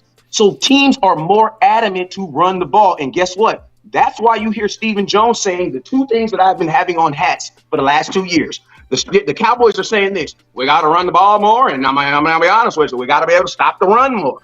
They're not talking about nothing in the pass game because we're not losing games because of quarterbacks. We're losing games because they're handing the ball off to running backs, and we can't stop that. And when you get a Lamar Jackson coming to Dallas, oh, my God, bruh. So Lamar Jackson and Derrick Henry coming to Dallas? Oh, no, we ain't finna switch to that topic. Tuck, we've been hogging from you, big dog. And Law, we ain't gonna. You gotta get on this too, Law. You gotta get on this too. My bad, Tuck. No. Just real quick though, before you go, Big. I'm always with the shit, bro. You feel me? Like when you, I'm with the fights. Yeah. I'm with it. I love it. I'm cool. I'm sorry. I apologize. For what? That's what makes the show, bro. Because I know it's real. That's a big psych. I'm just being I ain't apologize. Go ahead, Tuck. Go ahead. I love fights, bro. I'm telling you, I love these real fights, man. For real talk. Go ahead, Tuck. I'm sorry. So my pushback, and I slightly agree with both a little bit, but I kind of lean towards more what West Coast is saying because if you think about it, what big games that people are talking about did we actually have the lead offensively? Like, give me an example. I think that what also is the way this team been built for the last 3 years, our offense been our defense. Right. So in games where our offense plays well and the opposing offense is trailing and they're sitting back passing, that's when Micah is at his best. That's typically when we're winning. But when teams can sit back, just like Buffalo, right, and run the ball down our throat, that's always been our Achilles heel. Now, I remember vividly, Law, you was the main one of it that spoke before, like the Buffalo game. We was all talking about, let's move Micah around. Let's have him play a little bit more linebacker so you can't locate him. Now, if you tell me that you're going to do that with Micah, I feel like he's much better at the run game. But if you're going to sit there and just park him on the right edge or the left end where teams can slide protect and they can chip, like Wes was saying, and double team him, they're going to run right down. That is not Micah's game. That's not Micah's game. That's not his game. So, when it comes to Micah, do I think it's an ability thing why he wasn't showing up in big games? No. I think it's Dan Quinn not putting in the best situations to do what actually he's capable of doing. Me personally, you know what I'm saying? But in the Green Bay game, they did run at him. I can feel that. Also run away. You know what I'm saying? But it's like he's not built to be an edge guy. He's not built for that. So teams got smart and like, this is your best player, defensive disruptor over here, but we gonna chip him, we gonna wear him down, we gonna dirty him up and muddy him up. Every play. And Micah visually gets frustrated because he's getting taken out the game. So I think that Dan Quinn did a poor job of recognizing, and we all saw it. We were talking about after the Buffalo game, I agree. moving him around. And then what did they do? After the Dolphins game on Christmas, they moved him around. He had a much better game, but then he went right back to the same old in the playoffs. So I think it's a little bit more about the scheme, but honestly, when it comes to this Micah situation, contract season, bro. Just contract. That's what it is. That's all it is, bro. Here's contract season. Alert, Cowboys Nation. The fun part's really going to happen because he thinks he's getting away with it. Nope. Nah, CD, you going to get clipped too, bro. Yep, it's coming for you, C. Clip, you know what I'm saying? Yeah. Just wait a minute. You know what I'm saying? They ain't got nothing on CD yet, but they're going to be like, well, his body language and, he's just not the, Yeah. It just comes with the territory because I had this conversation, and this is what this tweet is showing. I told Boss this was coming weeks ago because I got a few phone calls and they were telling me in-house that the setup is already in on Mike. You know what I'm saying? So it's like they're gonna trade it, dude, man. And what would you say, Wes? Man, I'm just nothing. Let me turn my microphone off. Let me turn my microphone off. Turn your microphone. No. Let me turn my microphone off. I mean, but that's the conversation, right? So it's like, but the funny thing is, the things that I was hearing in-house about Micah Parsons, when I clicked on this Kevin Gray interview and Jory started speaking, it was word for word, bar for bar. Like it was line by line. What you told me, bro, it was exactly what I told you. It was exactly what I told you that I knew was coming down the pipeline. And here it was. And I'm just like, here they go. You know what I'm saying? So it just is what it is. Am I concerned about Micah? Absolutely not. I just think that if you're going to be viewing him as a defensive end, and that's where he's going to play, then he's going to be getting double teamed and tripped and slide protect throughout his entire career. He's going to know how to deal with that, but you're going to have to move him around. But you know what I'm saying? When I saw it, I was just like, yeah, you know what I'm saying? Hey, you know what? I'm gonna tell you funny. I'm gonna tell you the play. Boss will tell y'all. It's really line by, like it was swore that Jory had our phone conversation recorded because it's everything I said the same exact way. I got you, know what I'm saying? Real quick. Hey, think about this. What if the Cowboys? Hold on, Wes, just real quick. So, first of all, my boy said, drive it down, millions. Boy, you wild. Boy, that boy Nate been going hard on us, bro. That boy been calling us millions, bro. They chill out, bro. They been killing us. Hey, but, I'm gonna give my take on it, and then Wes, you got it. Law 2? No, Law last. Yeah, well, go. Okay. Hold on real quick. Hold on. Y'all give me 1 second. Something in my ear. Okay, I have to get rid of it. All right, I got it now. So I think it's just as simple as what it is. It's contract season. It's that time to where we all knew this. Any imperfections is going to be highlighted. It's just what it is. Yeah. I guarantee if you compare Micah Parsons to other players, you're going to see similar stuff. You know? I'm not saying he ain't got stuff to work on, because I would be the first to say he does. I will say for sure, I graded every one of his plays on the Green Bay game, and I would say for a fact that he played a really good first half in terms of effort, and his effort waned as the game went on. I want him to do better there, but I'm also going to be fair to him and say, and I know that this is nitpicking. This is all about nitpicking and trying to get another one of our better players for us to talk about them and try to get them up out of here. I think it's goofy as hell. Like, for instance, some people so athletically gifted that even if they got some maturity issues, they're worth the wait. You know what I mean? They're worth the wait, and boys need to get off of the goofiness. This is expected though, like, and this is not gonna stop because it's other things about his game that's not perfect. It's other things that as a player he's still also.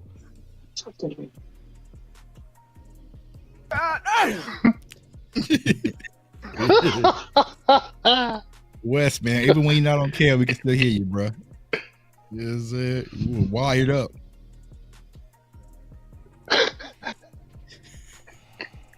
Y'all ain't never gonna have me back on the show, man. My bad, bro. I'm over here writing my. Go ahead, Wes. Man, I'm not. I was writing thoughts down, bro. My bad. I'm just writing my thoughts down. So You look like Jerry. I be staying my thoughts as I be saying. You do look like Jerry. Go ahead, Wes. Bro, I'm over here feeling like the KFC lady, bro. After a long shift and I'm cooking them sandwiches, bro. When them sandwiches came out, it blew the whole hood up, bro. We was working 15, 18 hours putting them sandwiches out, man. But I just, man, my thought I was writing down is just like, bro, what if the Dallas Cowboys literally let Dak walk, then next year trade Micah Parsons to get a quarterback?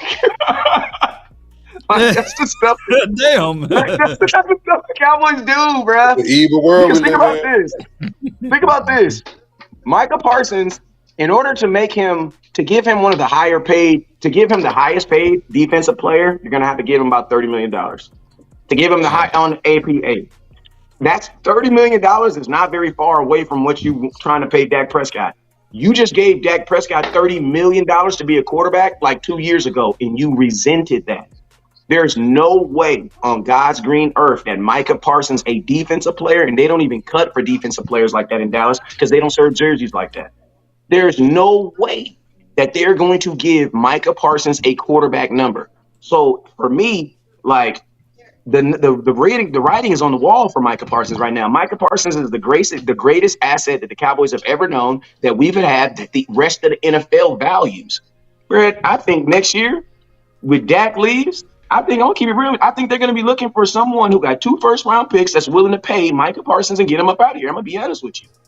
And, like, you got to think like this. Micah Parsons in that podcast, even though the Cowboys say, oh, it doesn't bother them, it do.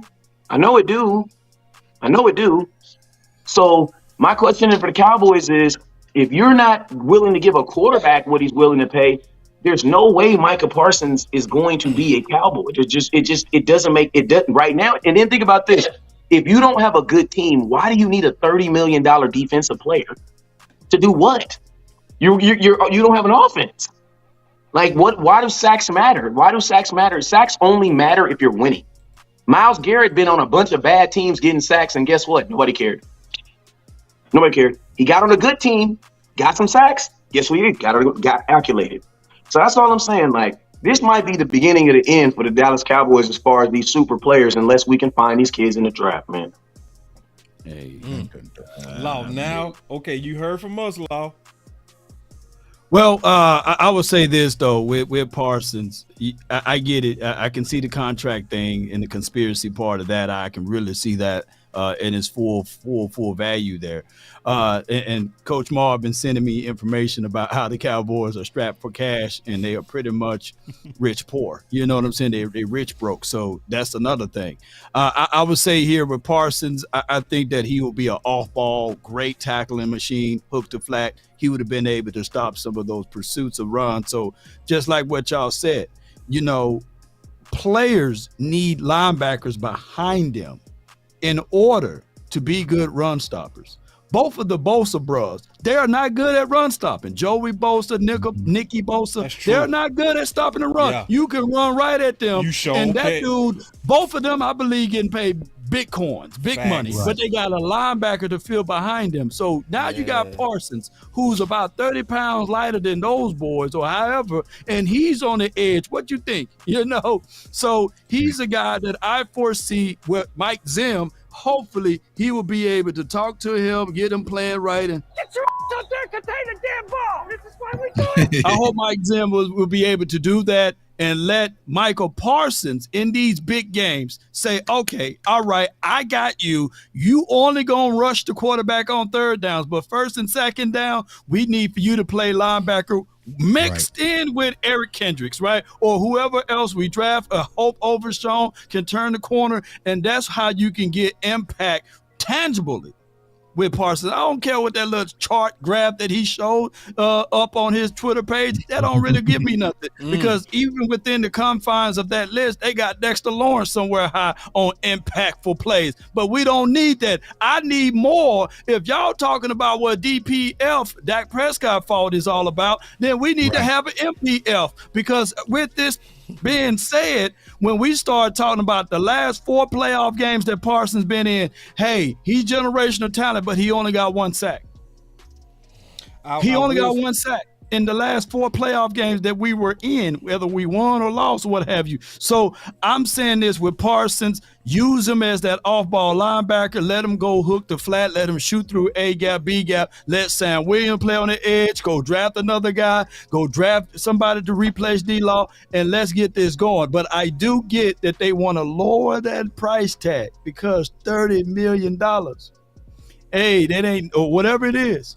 And we can't say that it's only happening because of Cowboys land, because even Nick Bosa, he had to fight for that money. Who remember? He had to hold out. Yep. He had to go through the scrutiny. And even with that, things was swept under the rug. People didn't talk about that every day. But when you have the silver and blue and the starting side of the helmet, they're gonna really gonna talk about that every day. Guess who else? Guess who else in a contract battle that nobody's talking about, and he was drafted in the first round?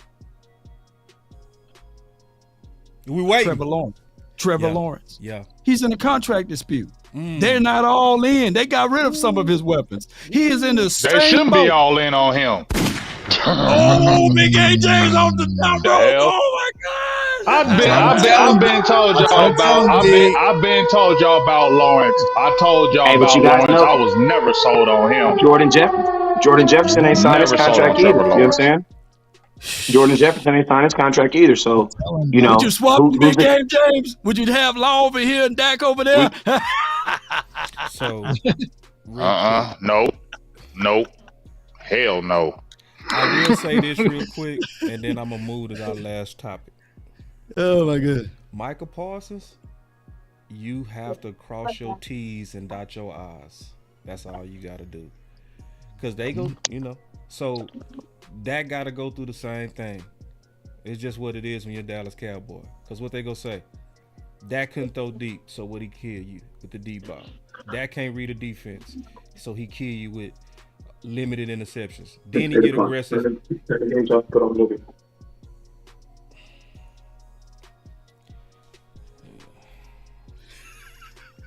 You having an unnatural allegiance to losers is not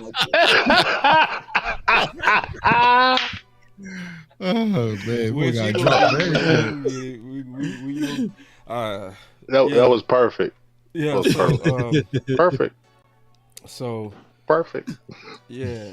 So yeah, you gotta dot your T's and cross your I's, Micah. That's what you gonna have to do, bro. That's just what it is. Cross your T's and dot your I's, man. It's just what it is. It's because I want Micah here, and I want he has to shut up all doubt. So the only thing that they trying to bring up right now is Micah in big games with no production, which there is some truth to it in terms of the stat sheet. Right.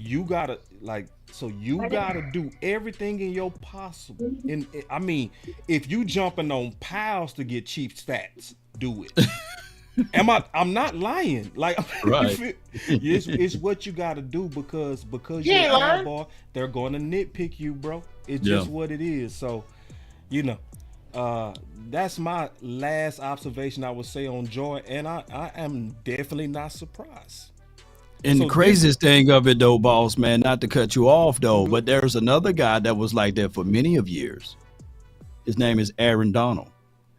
In big games, he disappeared.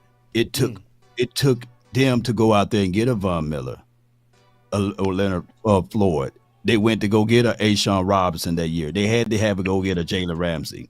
So they had to put all of those pieces, and he's by far in the last 10 to 12 years one of those generational talent that can people look back and say, man, he's a game changer and all of this stuff. But he couldn't do it by himself. Yeah. Well said, bro. Now, you said, hold on, he used to show up in big games, Aaron Donald?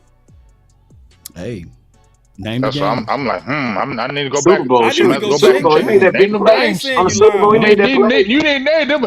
I just got quiet because I said, what games? Because I need to go back. Dude, he made 2 plays in the Cowboy game. In that Cowboy game when we was in LA, he rocked. He freaking that man rocked. was always Fredericks.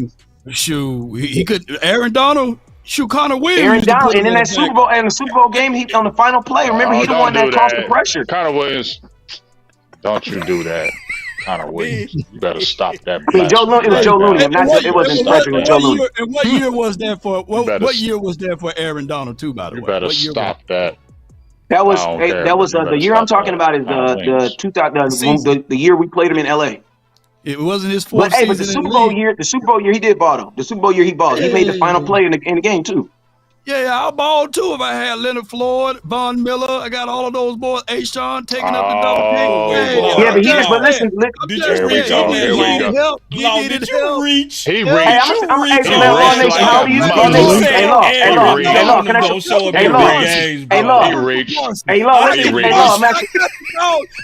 I'm asking you a question. Hey, let's get canceled tonight. Let's really get canceled. Hey, let's get canceled. This Law, I need to put your face on her, Law. No. Hey, Law. Hey, when did DeMarcus Ware? When did DeMarcus Ware have a big moment? When did DeMarcus Ware have a big moment? Tell me a fourth quarter. Tell me a DeMarcus Ware moment. When he had Wolf, when he had a Talib, he had all of those boys. It takes a people fail to realize it takes. Hey, somebody tell me DeMarcus Ware in a Cowboy helmet. DeMarcus Ware in a Cowboy helmet. Tell me a moment in a fourth quarter when DeMarcus Ware in a Cowboy helmet, 100 sacks in a Cowboy helmet. Because I'm telling you, DeMarcus Ware got 100 sacks in the first quarter games. And I'm not knocking him, but I'm just asking you. Great players there's ways to wiggle out good players out of games. There's ways to do it. You know what I'm saying? And it happens. And it's like you have to be greater on top of greater. Like, think about this. There's pictures of Dez Bryant getting triple covered. Now, think about this. People be like, well, why didn't Dez score? Why didn't he get a catch? He had 3 dudes on. You know what I'm saying? A great player has a higher responsibility in a game. That goes to Jay Tuck's point. That goes to Jay Tuck's point, and even Laws, that you got to have the right coordinator, too.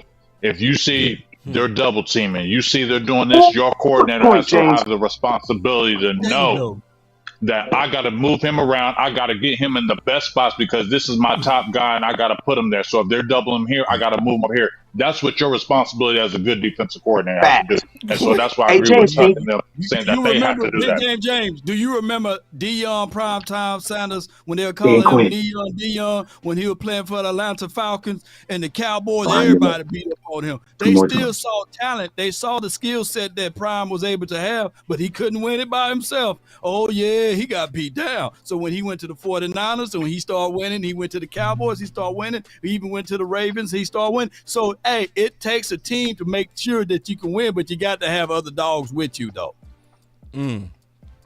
For sure. He muted now. He talking. Yeah. Look at Trey Scott. He talking. Had to get him, bro. Had to get him. All right, because my boy Tuck ain't got it. Did you do him like ESPN? No, they put him on that mute like beep on pardon and interruption, something like that. Yeah, I gotta get Tuck in here, bro. Drop the numbers. Bro, I just saw this 4 hours ago, bro. Y'all probably already knew about this. Ooh, I didn't know it was 4 to 6. Okay. Oh my God. That's why I said we gotta talk about this, bro. I just saw this 4 hours ago. Yeah. Oh gosh. See, you ain't see it either, Big. I ain't talking about no damn Mozzie. I seen it. I ain't talking about. No, it's not even about Big. It's about how you let Hankins go for $2 million. Guess who else got surgery? I don't want to talk about because both of the Michigan guys hurt. I'm the one Schoonmaker got hurt. Schoonmaker he got a soldier. Both of our first One two at a picks time. from Let me last go with season. Tuck first, bro. I gotta be courteous. Tuck, what's up, bro? Like, I mean, Riggs. Jordan. I mean, Kanye shrug. I mean, you know what I'm saying? Like, Luke Schoonmaker's hurt. I mean, guess what? He was hurt all in college. I mean, you know what I'm saying? We've this been through this, devastating. right?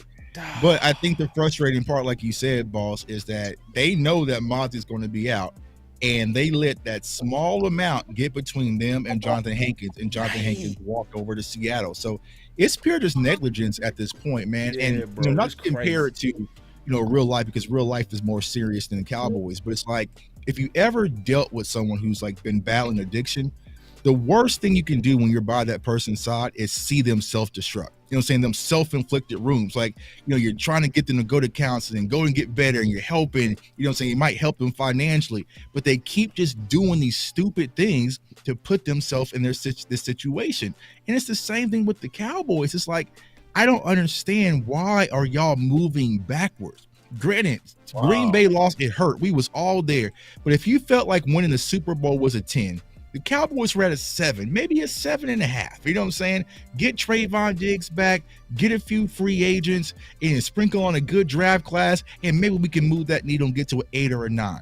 The Cowboys have fully disrupted this team where we're now sitting at a 6. So we got a lot of work to do just to get back to where we was, and that's still not going to be good enough. So I'm frustrated, y'all. Because this is goofy. If you knew that your 1-1 tech is going to be out for 4 to 6 months, and he's already been struggling with weight and confidence and so many different things, he's not going to be ready. You should have got him done immediately. You know what I'm saying? So, but no sense of urgency. No sense of urgency with anything. Just let it walk. Yep. You know what I'm saying? Over a few extra dollars that you could have easily made room for. You know. So, but I agree, stopping the run is so important. One of your best run stuffers just walk for a few extra dollars. Thank you. It's embarrassing at this point. It's embarrassing, bro. But once again, Tuck. They believe in Dak, right? More for less. Oh, well, we gonna win. Did you hear, Jerry? We gonna win with less now. But they believe in Dak. No, this is just the setup. So for when Dak don't make it happen this year and he fail, I'm not gonna start. Man, why y'all had to show me that? God, dog. Yeah, Law, I thought you knew. Bad, I swore you knew, but I didn't even see I it. just saw it 4 hours ago, bro. I was like, "What?" This post is unavailable. On it, I've even been looking for it. I can't even see his tweet on it. Yeah. How long ago was it? Well, like 4 hours. I saw it 4 hours ago. It's from yesterday. Oh, for yesterday. Good Lord. And then he posted at 5:54 a.m. Man, he woke up with it on his mind. Clean. I'll tag you in it. Wait to get that out. Yeah. I just tagged you, big dog. That banger. He said, I gotta be first on that one. Yeah. I gotta be first on that one. But 4 to 6.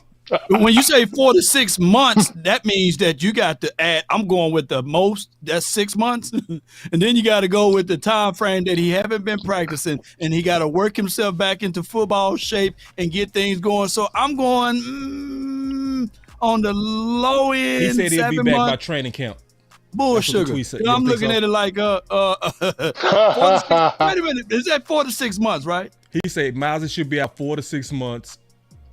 You right. That's bull sugar. Oh, bull sugar, man. How you gonna be out and still? Hey, he be back on training camp, but he said he be out 4 to 6 months. Come on, man. And it's a shoulder. It's a shoulder. Ain't Mafford, man. Now, come on, now. It's a shoulder too. Maybe he gains weight back. And then he got to gain his weight back. His feet. He got so many things. I was talking to your boy, Big Game James. You know what I'm talking about, Big Tuck. He was saying that he got to work on a lot of things: head, shoulders, knees, and toes. Oh, that's not good. He said, and Tuck, he ain't gonna lie to us, man. He gonna tell you how it is.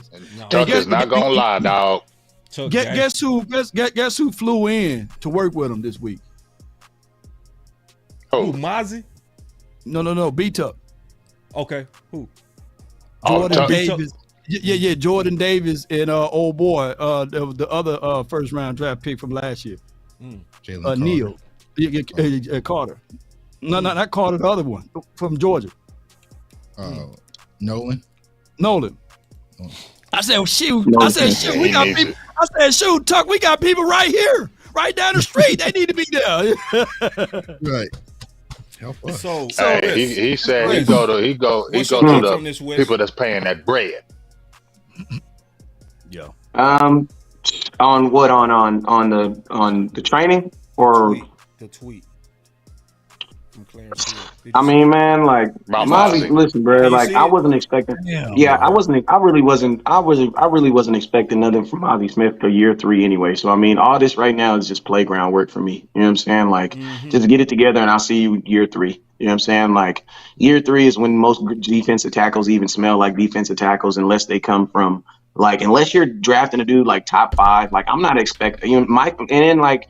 Mozzie he's what you call an oven player. You have oven players and you have microwave players. Oven players, microwave player, you pop them in the microwave 30 seconds, they're done, they're ready to go. The defensive tackle position is not no microwave position. Like cornerback, that's a microwave position. You can pop a dude in there, they figure it out in 30 seconds, they all pro. Yep. Defensive tackle, offensive line, that is an oven position. And think about this. Even if you are that dude coming out of college, defensive tackle, number 1 top dude, you are playing against the most experienced position in all of football. What is that? The offensive line. Name a team that actively puts rookies or young players on their offensive lines. That's not the Dallas Cowboys. The rest of the NFL doesn't do that. You know what I'm saying? The rest of the NFL values having experience on their offensive line. So you have an undersized, inexperienced guy playing against oversized, experienced. That's just not a good, for me, that's not a good nucleus for him to be good. So I wasn't even expecting anything from Mozzie Smith through year 3 anyway. You know what I'm saying? But I will say this. James, you said something about Micah Parsons earlier, what you were talking about him and him moving around. There's 2 things I wanted to say, man, that I felt that Dan Quinn kind of made a big fail on with this team. One, my boy Jalen Smith said this to me before he left, because I asked him, like, what did you like about Dan Quinn? What did you think need to fix? And he said this. The number 1 thing that he felt that Dan needed to change is he felt that Dan needed to come coach on the sidelines. He needed to be on the sidelines with these guys during the defense. And the reason I say that is because if you go look on film, go look at what happens to Micah Parsons on plays where he gets held and he's noticeably frustrated. You know what Dan Quinn does? Puts him back in the same spot. Damn, you're right. Same spot. Micah responds, she's on crack. Oh, talk about it, Tuck. Talk about it. Wow. You take the damn ball. This is why we do it. I knew he was doing something over there. He said she's on crack. He said she's on crack. Let it focus. Oh. Oh. What you talking about? Whoa. I know what he's talking about. I know what he's talking about. Oh, it's talking about that female. Talking about the female. Oh, boy. Wait a minute, but that wasn't her words though. She said it was from a coach. She wasn't really. I know. That's what I'm saying. Don't do that. Yeah, but this is the thing in journalism. When you say anonymous, this is the thing in journalism. Use that against him. Yeah, in journalism, when you say anonymous and you don't say the quote, you are the quote, bro. Like, she is the quote. She could have said it because we don't know. No, she said source. She said her sources. But here's the thing, though. Listen, y'all. What you just said, Tyson, you said earlier in the show, and I believe Tuck may have referenced it, him with this podcast. Yep. And now you just seen him make that tweet saying that. You don't think them Cowboys won't use that against him? Yes. Yeah, Mike is gone, bro. He's gone. He's got to watch what he says, because see that opinion. Because what do we know about the Dallas Cowboys when you talk too much in Dallas? Yep. Boy, you spitting. You gone. Yep. We don't care how good you are. You talk too much here in Dallas and you become bigger than the brand. You gone. Yep. Is CD gonna sign? Is CD? Y'all got me scared now. What? I'm just saying, everything but CD don't talk. Yeah. I'm sorry. I'm just saying. You killing it though. The last 88 got walked out by security. The last 88 got walked out by security. That's all I'm saying. Yeah, but that last 88.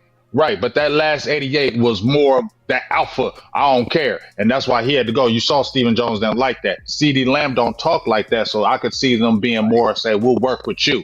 But Micah talks too much, in my opinion, for them, And when you talk too much in Dallas and you making tweets like that, they will use that against you, and you will be out of Dallas. They don't care who you are. Remember when T.O. and I know T.O. is older, but you remember when he? My bag, y'all. Hold on, listen. You remember when he said? You remember? Huh? What he said?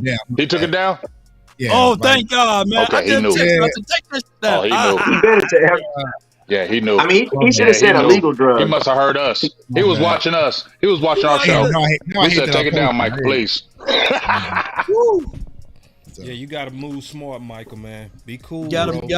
Because Michael, this just started. Be cool. They don't like that. But think about this, fellas. But think about this. Can we actually be real though?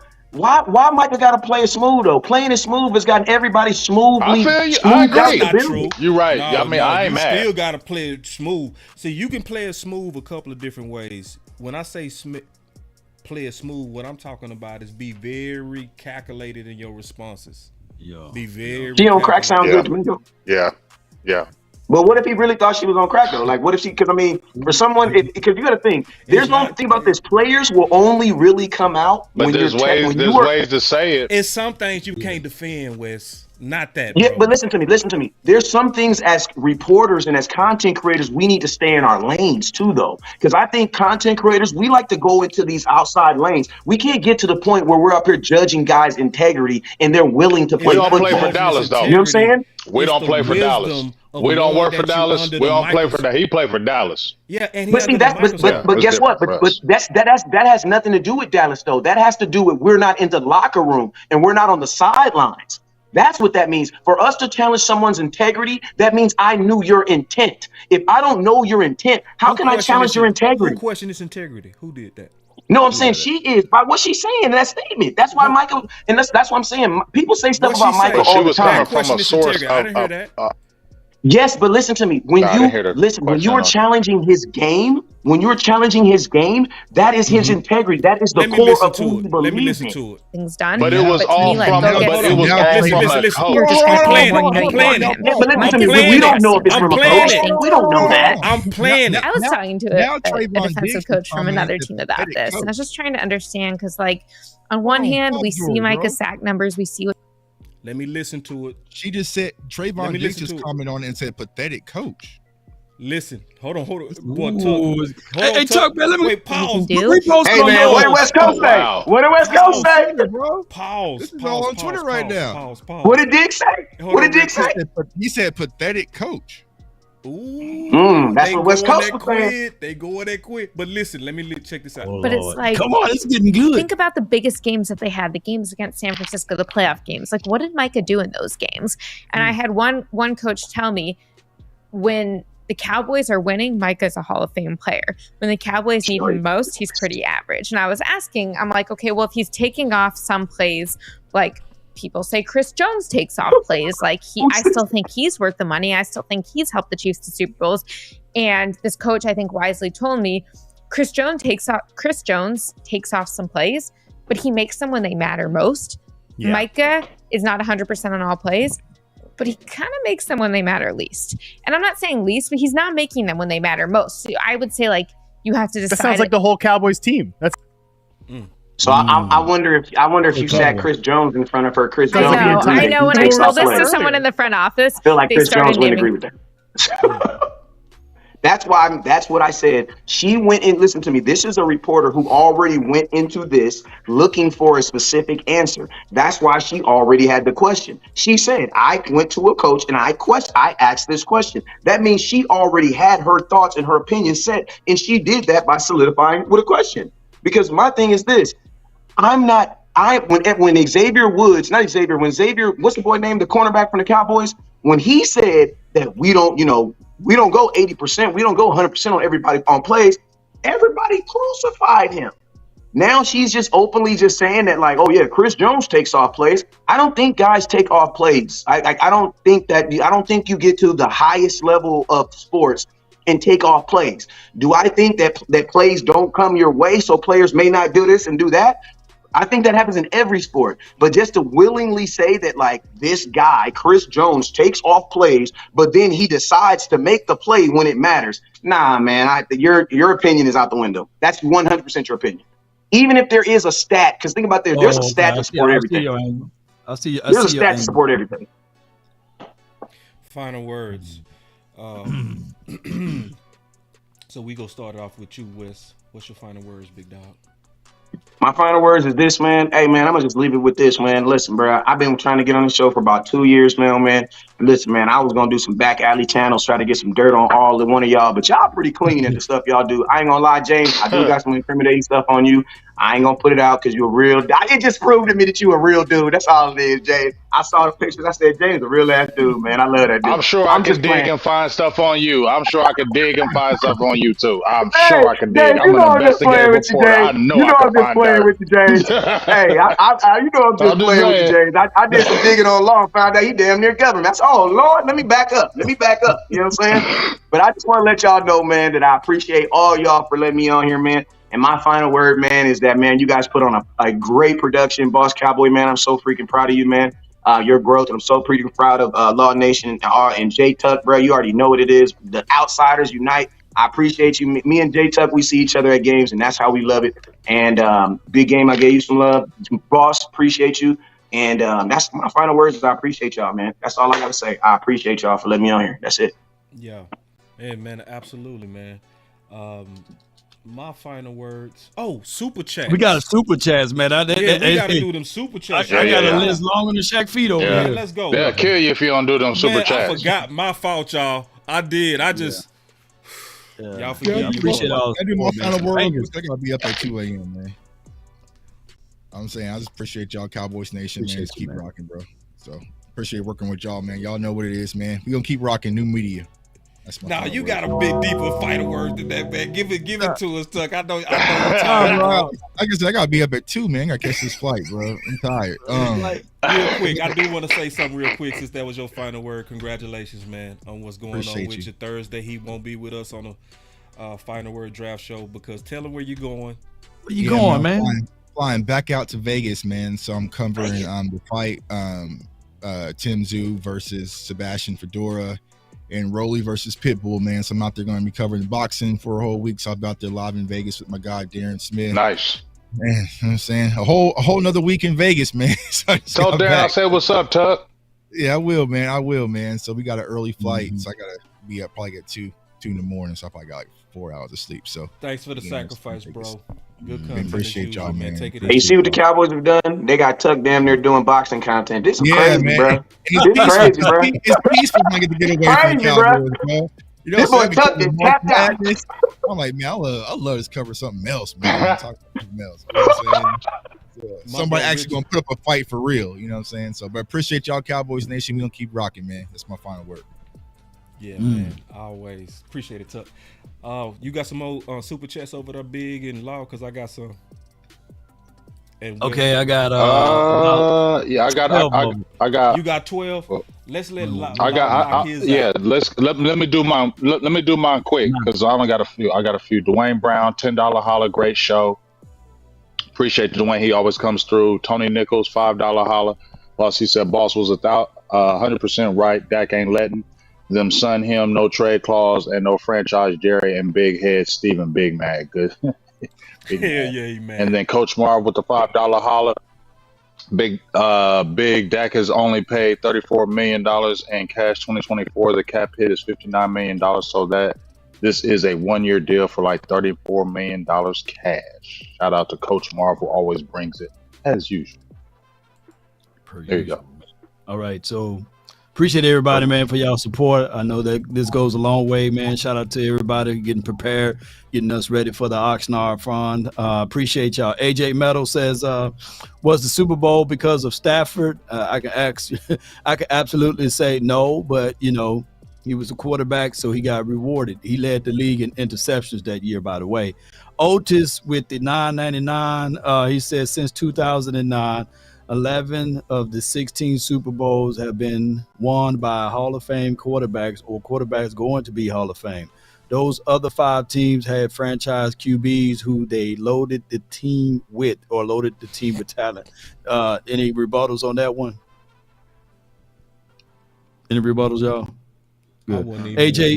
AJ Meadows with a $4.99. He says, I'll listen this time. I'm just keeping it real, bro. I wasn't even listening. No, you good, Hey, read it. man. Hey, read it one more time. Read it one more time, bro. My bad, man. Okay, since 2009, 11 of the 16 Super Bowls have been won by Hall of Fame QBs or QBs going to be Hall of Fame. Those other 5 teams had franchise QBs who they loaded the team with talent, basically.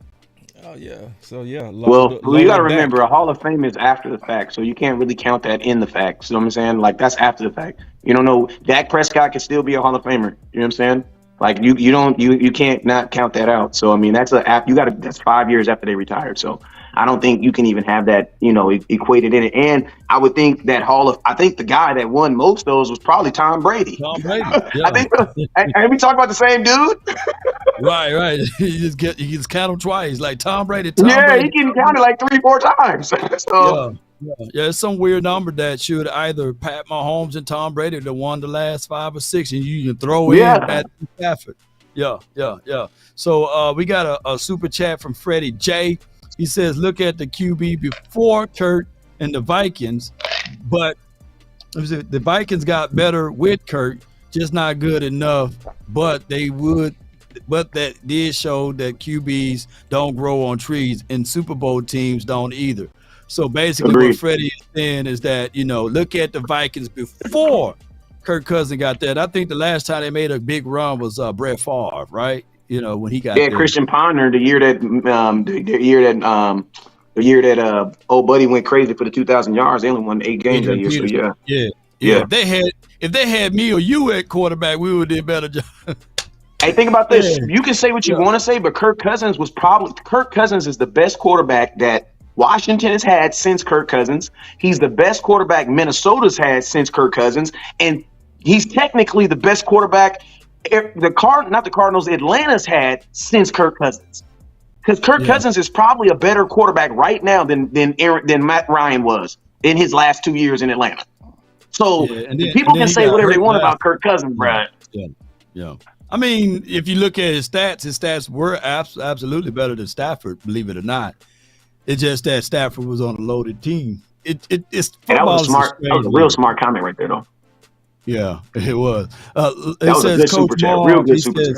Law, Dak is only being paid the $34 million in cash. That's the same comment that he posted over there on Big Game James' page. So the money aspect of it, I don't understand still how it's been split, but I do know the salary cap is the $255 million salary cap. And out of that cap, they can use cash to, help propel the players as far as their money thing, and especially as far as bonuses and stuff like that. And that's where they got in trouble with some of these guys. And I think that's why he's saying that's why the Cowboys don't go out there and grab free agencies, because we pretty much poor broke or poor rich or rich poor or something like that. So they sign your quarterback and fix that. Sign your quarterback, man. Holly says people say stop comparing Dak to Mahomes, but that's how he consistently measure up to. People act like everybody in the league is an alien. Yeah. So I think that Pat Mahomes numbers, put it like this. Pat Mahomes wasn't entered into the MVP conversation this year because he had an off year. Yeah. But guess what? He had one of the top 2 or number 1 defense in the playoffs. They had real good defense in playoff this year. Yeah, so they did really good. Dirty Sanchez, my dog, man, he says, dude, they held Parsons all year and didn't call any penalties. That's how they keep him out of the game through the refs. So my thing is, don't give them an opportunity. We know that they're going to call. And I know it's kind of like, crazy to say that. But the best thing for the Cowboys to do is keep them off ball so that these guys can't get their hands on them or have someone else to win on their one-on-ones. I also have Chris 214. Would you trade Jerry and Steven for Howie and Laurie? I would, but you can't. I would, but you can't. But you can't. Keith Floyd, last but not least, man, my dog Keith Floyd, man, for the $5 super chat, he says, This is perfect of an example why contracts are so hard in Dallas. Everything is under a microscope by others. Micah is $150 million contract. Shut up! Shut up! Shut up! All right, my turn. Shut up. My turn. Yeah. Let me get to these old super chattos from you people, man. I really appreciate y'all so much. All right, here we go. I'm gonna fly through mine real quick. He say, "What's with all the Dan Quinn hate and none for Mike McCarthy? He's the dang head coach." I think you should hate Dan Quinn right now. Shit. Your head coach didn't have your quarterback. Your head coach didn't have your quarterback down 7 in a playoff game at home, though. You know what I'm saying? Like, Dan, what are you doing, dog? We was down 7 before Dak was putting on his shoes, walking on the field, and he was like, "Damn, we're down." Yeah, bro, we're down. Well, screw that game plan. Dak went just like this. Screw that game plan. Yeah. You didn't think you were going to be down at home in the first quarter, did you? Nah, you didn't think that. Dan Quinn would have been the head coach all the way up until week 6. No, he mean that. That's hey, true. I agree. Yep. Because Mike McCarthy was on his way out. Yeah, he was. Yep. And you know what's crazy? Dan Quinn really helped keep Mike McCarthy's job because I think Dan Quinn showed that, dang, he is not Jesus. No, he is not. He make mistakes like the rest of us. Wait, time out. So, okay, Mike, Dan Quinn probably got Mike McCarthy an extra year. Keep it real. Because I think this whole thing set up was for Dan Quinn. But then Dan Quinn you start seeing these ridiculous flaws. And Dan Quinn couldn't win the way Cowboys wanted to win. Because listen, the Cowboys don't want to spend all that money on defense. And guess what Dan Quinn showed them? I need a first-round defensive tackle. I need a 12th overall pick defensive tackle. I mean, linebacker. I also need Trevon Diggs. Well, bro, if I need all that from you, why the hell I need to pay you for it, Dan Quinn? That don't make no sense. No make no sense at all. So they go get a defensive coordinator who's been out the game for 2 years. Hey, man. Hey, it's going to be good for content this year because y'all know we ain't going to say this on live, but when the Cowboys don't play well, y'all be watching like a mug. So that's all I got to say. Why is that? I don't know. But Richard Leopold said, "Use the $2 to buy a mute button, bruh. Brah, I don't, it's B-R-U-H. I don't know what brah is. You know, it's cool. Yeah, I think you meant bruh. It's all good though, man. We if y'all can deal with Big James, y'all know y'all can deal with y'all. Stop it right now. Stop it right now. If you can deal with you, if we could deal with y'all you, been dealing with Big James for 2 years, bro. Now I get West Coast. Come on, man. Come on now. Bruh. Hey, West Coast, do me a favor. Let me get through 3 comments before you say something real quick, all right? Just real quick. He say, all that ankle grabbing going on. Yeah. He talking about I know what he talking about. And yeah, I gonna read that one. My boy say, Laudation sent me here the first time tuning in. Oh no, that was from the previous show. So I only had my guy Bread Boy. I was about to say. What does that mean? This show. All right, cool. What do you say? So I actually didn't have 3 comments, Wes. We was good. I only had 1. We good. All right. So here we go. Final words. Did you get the Dr. Dream? I missed one. Yeah, $9.99. I missed it. Dr. Dream for the $9.99. Good job. That's a good comment right there, but he had to say he's on. What I miss? He says on your page. He says Trey White signed with the Rams today. Where does everyone think that the Cowboys rank in the NFC offense so far with the $9.99 super chat? Dr. Dream. Where do all of us, like the teams, rank so far?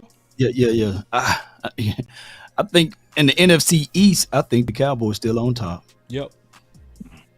Second. I go 2. Washington gaining us though fast. What's up? They don't got a quarterback. Yeah, but I'm just saying, like, as far as being number 1, I'm saying game. If they get a quarterback, it's gonna be tough. It'll be tough. Yeah, it'll be tough. Yeah.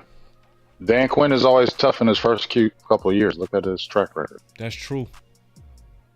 That's true. I think the Cowboys right now are number two in the division. If I had to put my money on it, I put my money on the Eagles. I have a better roster than the Cowboys right now. You think so? Okay. What put them over to you? Huh? What put them over? Saquon? Well, I put it's not even that's just Saquon. It is the addition of Saquon, but what it really means to me now is like instead of putting all the pressure on Jalen Hurts to make those key runs in third down, they're gonna have an actual running back. There you go. And I'm gonna tell you this right here. If you're the Philadelphia and think about this, if you're the Philadelphia Eagles, you don't have to really beat the Cowboys a bunch of times. You're already beating them once a year because we're splitting with them every year. You just want to see if you can beat them that second game. Think about this. If the Eagles can beat the Cowboys that second game, because we're just splitting with the Eagles right now. We're not sweeping them. We've resorted to the point where they get one game, we get one game. They're now trying to challenge that. The division. They're trying to challenge that. The division is harder now. If Kellen Moore didn't know how to use Zeke and Tony Pollard, I don't think he would be able to use Saquon. But see, this is the thing though. He don't have to use. But this is the thing. The key ingredient with it. He was having to use Zeke and Tony Pollard as our main deal. Saquon Barkley's not. They're not going to resolve their offense around them. Their offense is still going to go around Jalen Hurts. I'm just saying, there's going to be a load. All those 8 and 9 touchdowns that Jalen Hurts had, they're not going to do that. That's going to be Saquon Barkley now. And think about this. The Cowboys have not fixed why we lost last year in the playoffs. Everybody's all about fix the team. Forget fix the team. Fix the reason why we couldn't beat the Green Bay Packers. The reason why we couldn't beat the Green Bay Packers is because we couldn't stop the middle. We could not solidify that. Man, they have a running quarterback who already gives us problems with a running back who they can actually run that speed option with now. So you're going to tell me we have DeMarcus Lawrence having to run again? Oh, my God, bro. That game in Dallas is going to be very interesting. That's all I'm going to say. And then guess what? You have Baltimore that's built the exact same way now. They have a running quarterback with a running back. That does not sound – and if you're Philly, all you got to really do is beat the Cowboys twice. Think about this. If you're Washington, you just got to beat the Cowboys once. Yeah, bro, it's a lot of stuff that can change. It's going to be tough. If they don't really get this personnel right, it's going to be bad. And boss, last question. I swear I won't say another thing. You think Dan Quinn didn't tell the owner of the Washington in his first year, I promise you, I'll beat the Cowboys once. I may not get them both, but I'll get them at least once. I'm going to tell y'all this right now. If the Cowboys don't beat Washington twice, and you're damn near not a playoff team with 10 wins. And that's going to be possible next year. There's going to be some 10, 11 win teams that do not make the playoffs next year. Yeah, so final words.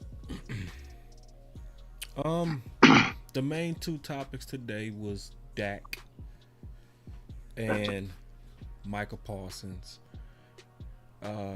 It just shows for the most part that we are a Hollywood team. That's what it shows. We're a Hollywood team. There is no team in the whole league that's literally negotiating through the media right now but Dallas. You literally just talked about, Steven, how you and Dak been talking good. But then all of a sudden Ian come out and talk about per source. Who is the source? We already know who the source is. It's y'all, you know. And then Micah Parsons.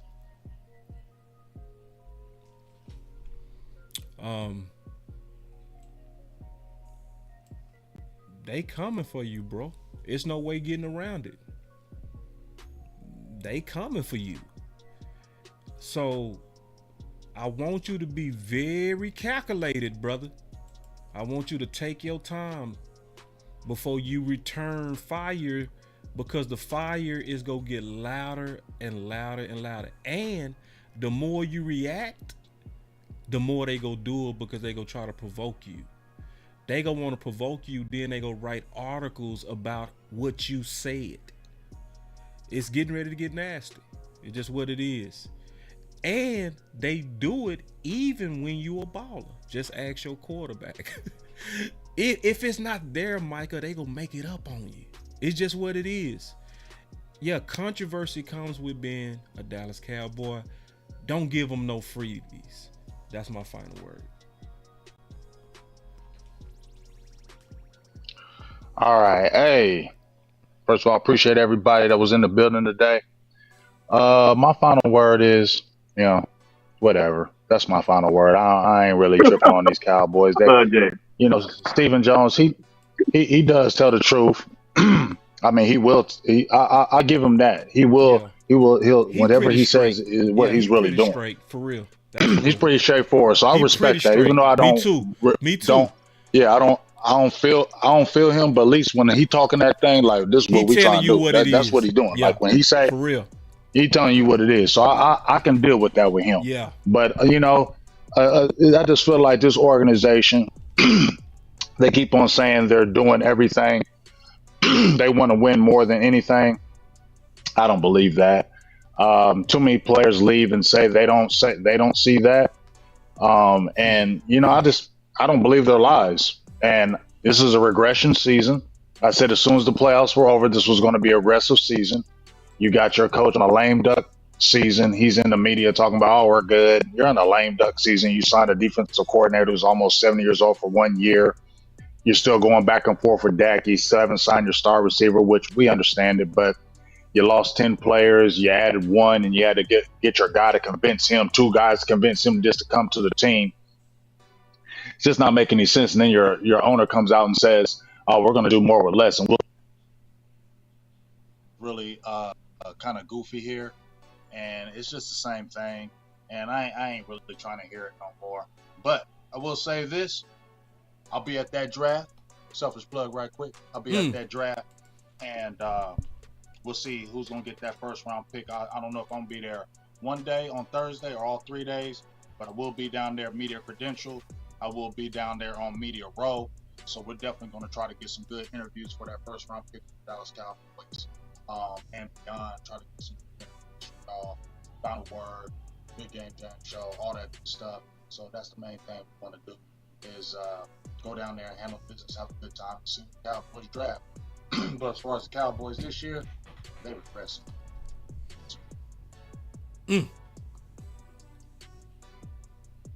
No doubt, man. That was a great final word there, man. And hey, congratulations, Big Game James, again on all of your success, man, especially with the media passes. I know you won't take no shortcuts when you're answering and giving out those questionings out there for the first round draft picks over there. So Cowboy Nation, man, Boss Cowboy, you did a great job of putting this and assembling this all together. West Coast, man, you did an awesome, phenomenal job, as well as Jay Tuck, everybody, man. Cowboys, let's just stay focused. The off season is long. Think about this. Outside of last year, with the trades picks that we did, this is our norm. We really don't dance around in free agency. We wait till after the draft, and I know optimism will be at its all-time height after the draft, give or take, especially if we go get some people. But Cowboy Nation, I really appreciate everybody, man, for tuning in. Big respect to everybody. Let's continue to grind and shine. That's been my time. I really thank each and every last one of you all for yours. And remember, you're listening to nothing but the best. Let's get it. 3, 2, 1, drop it. And remember, you're listening to nothing but the best. Those grills, drop it hard. Let's go. It's time to do. 3, 2, 1, drop it.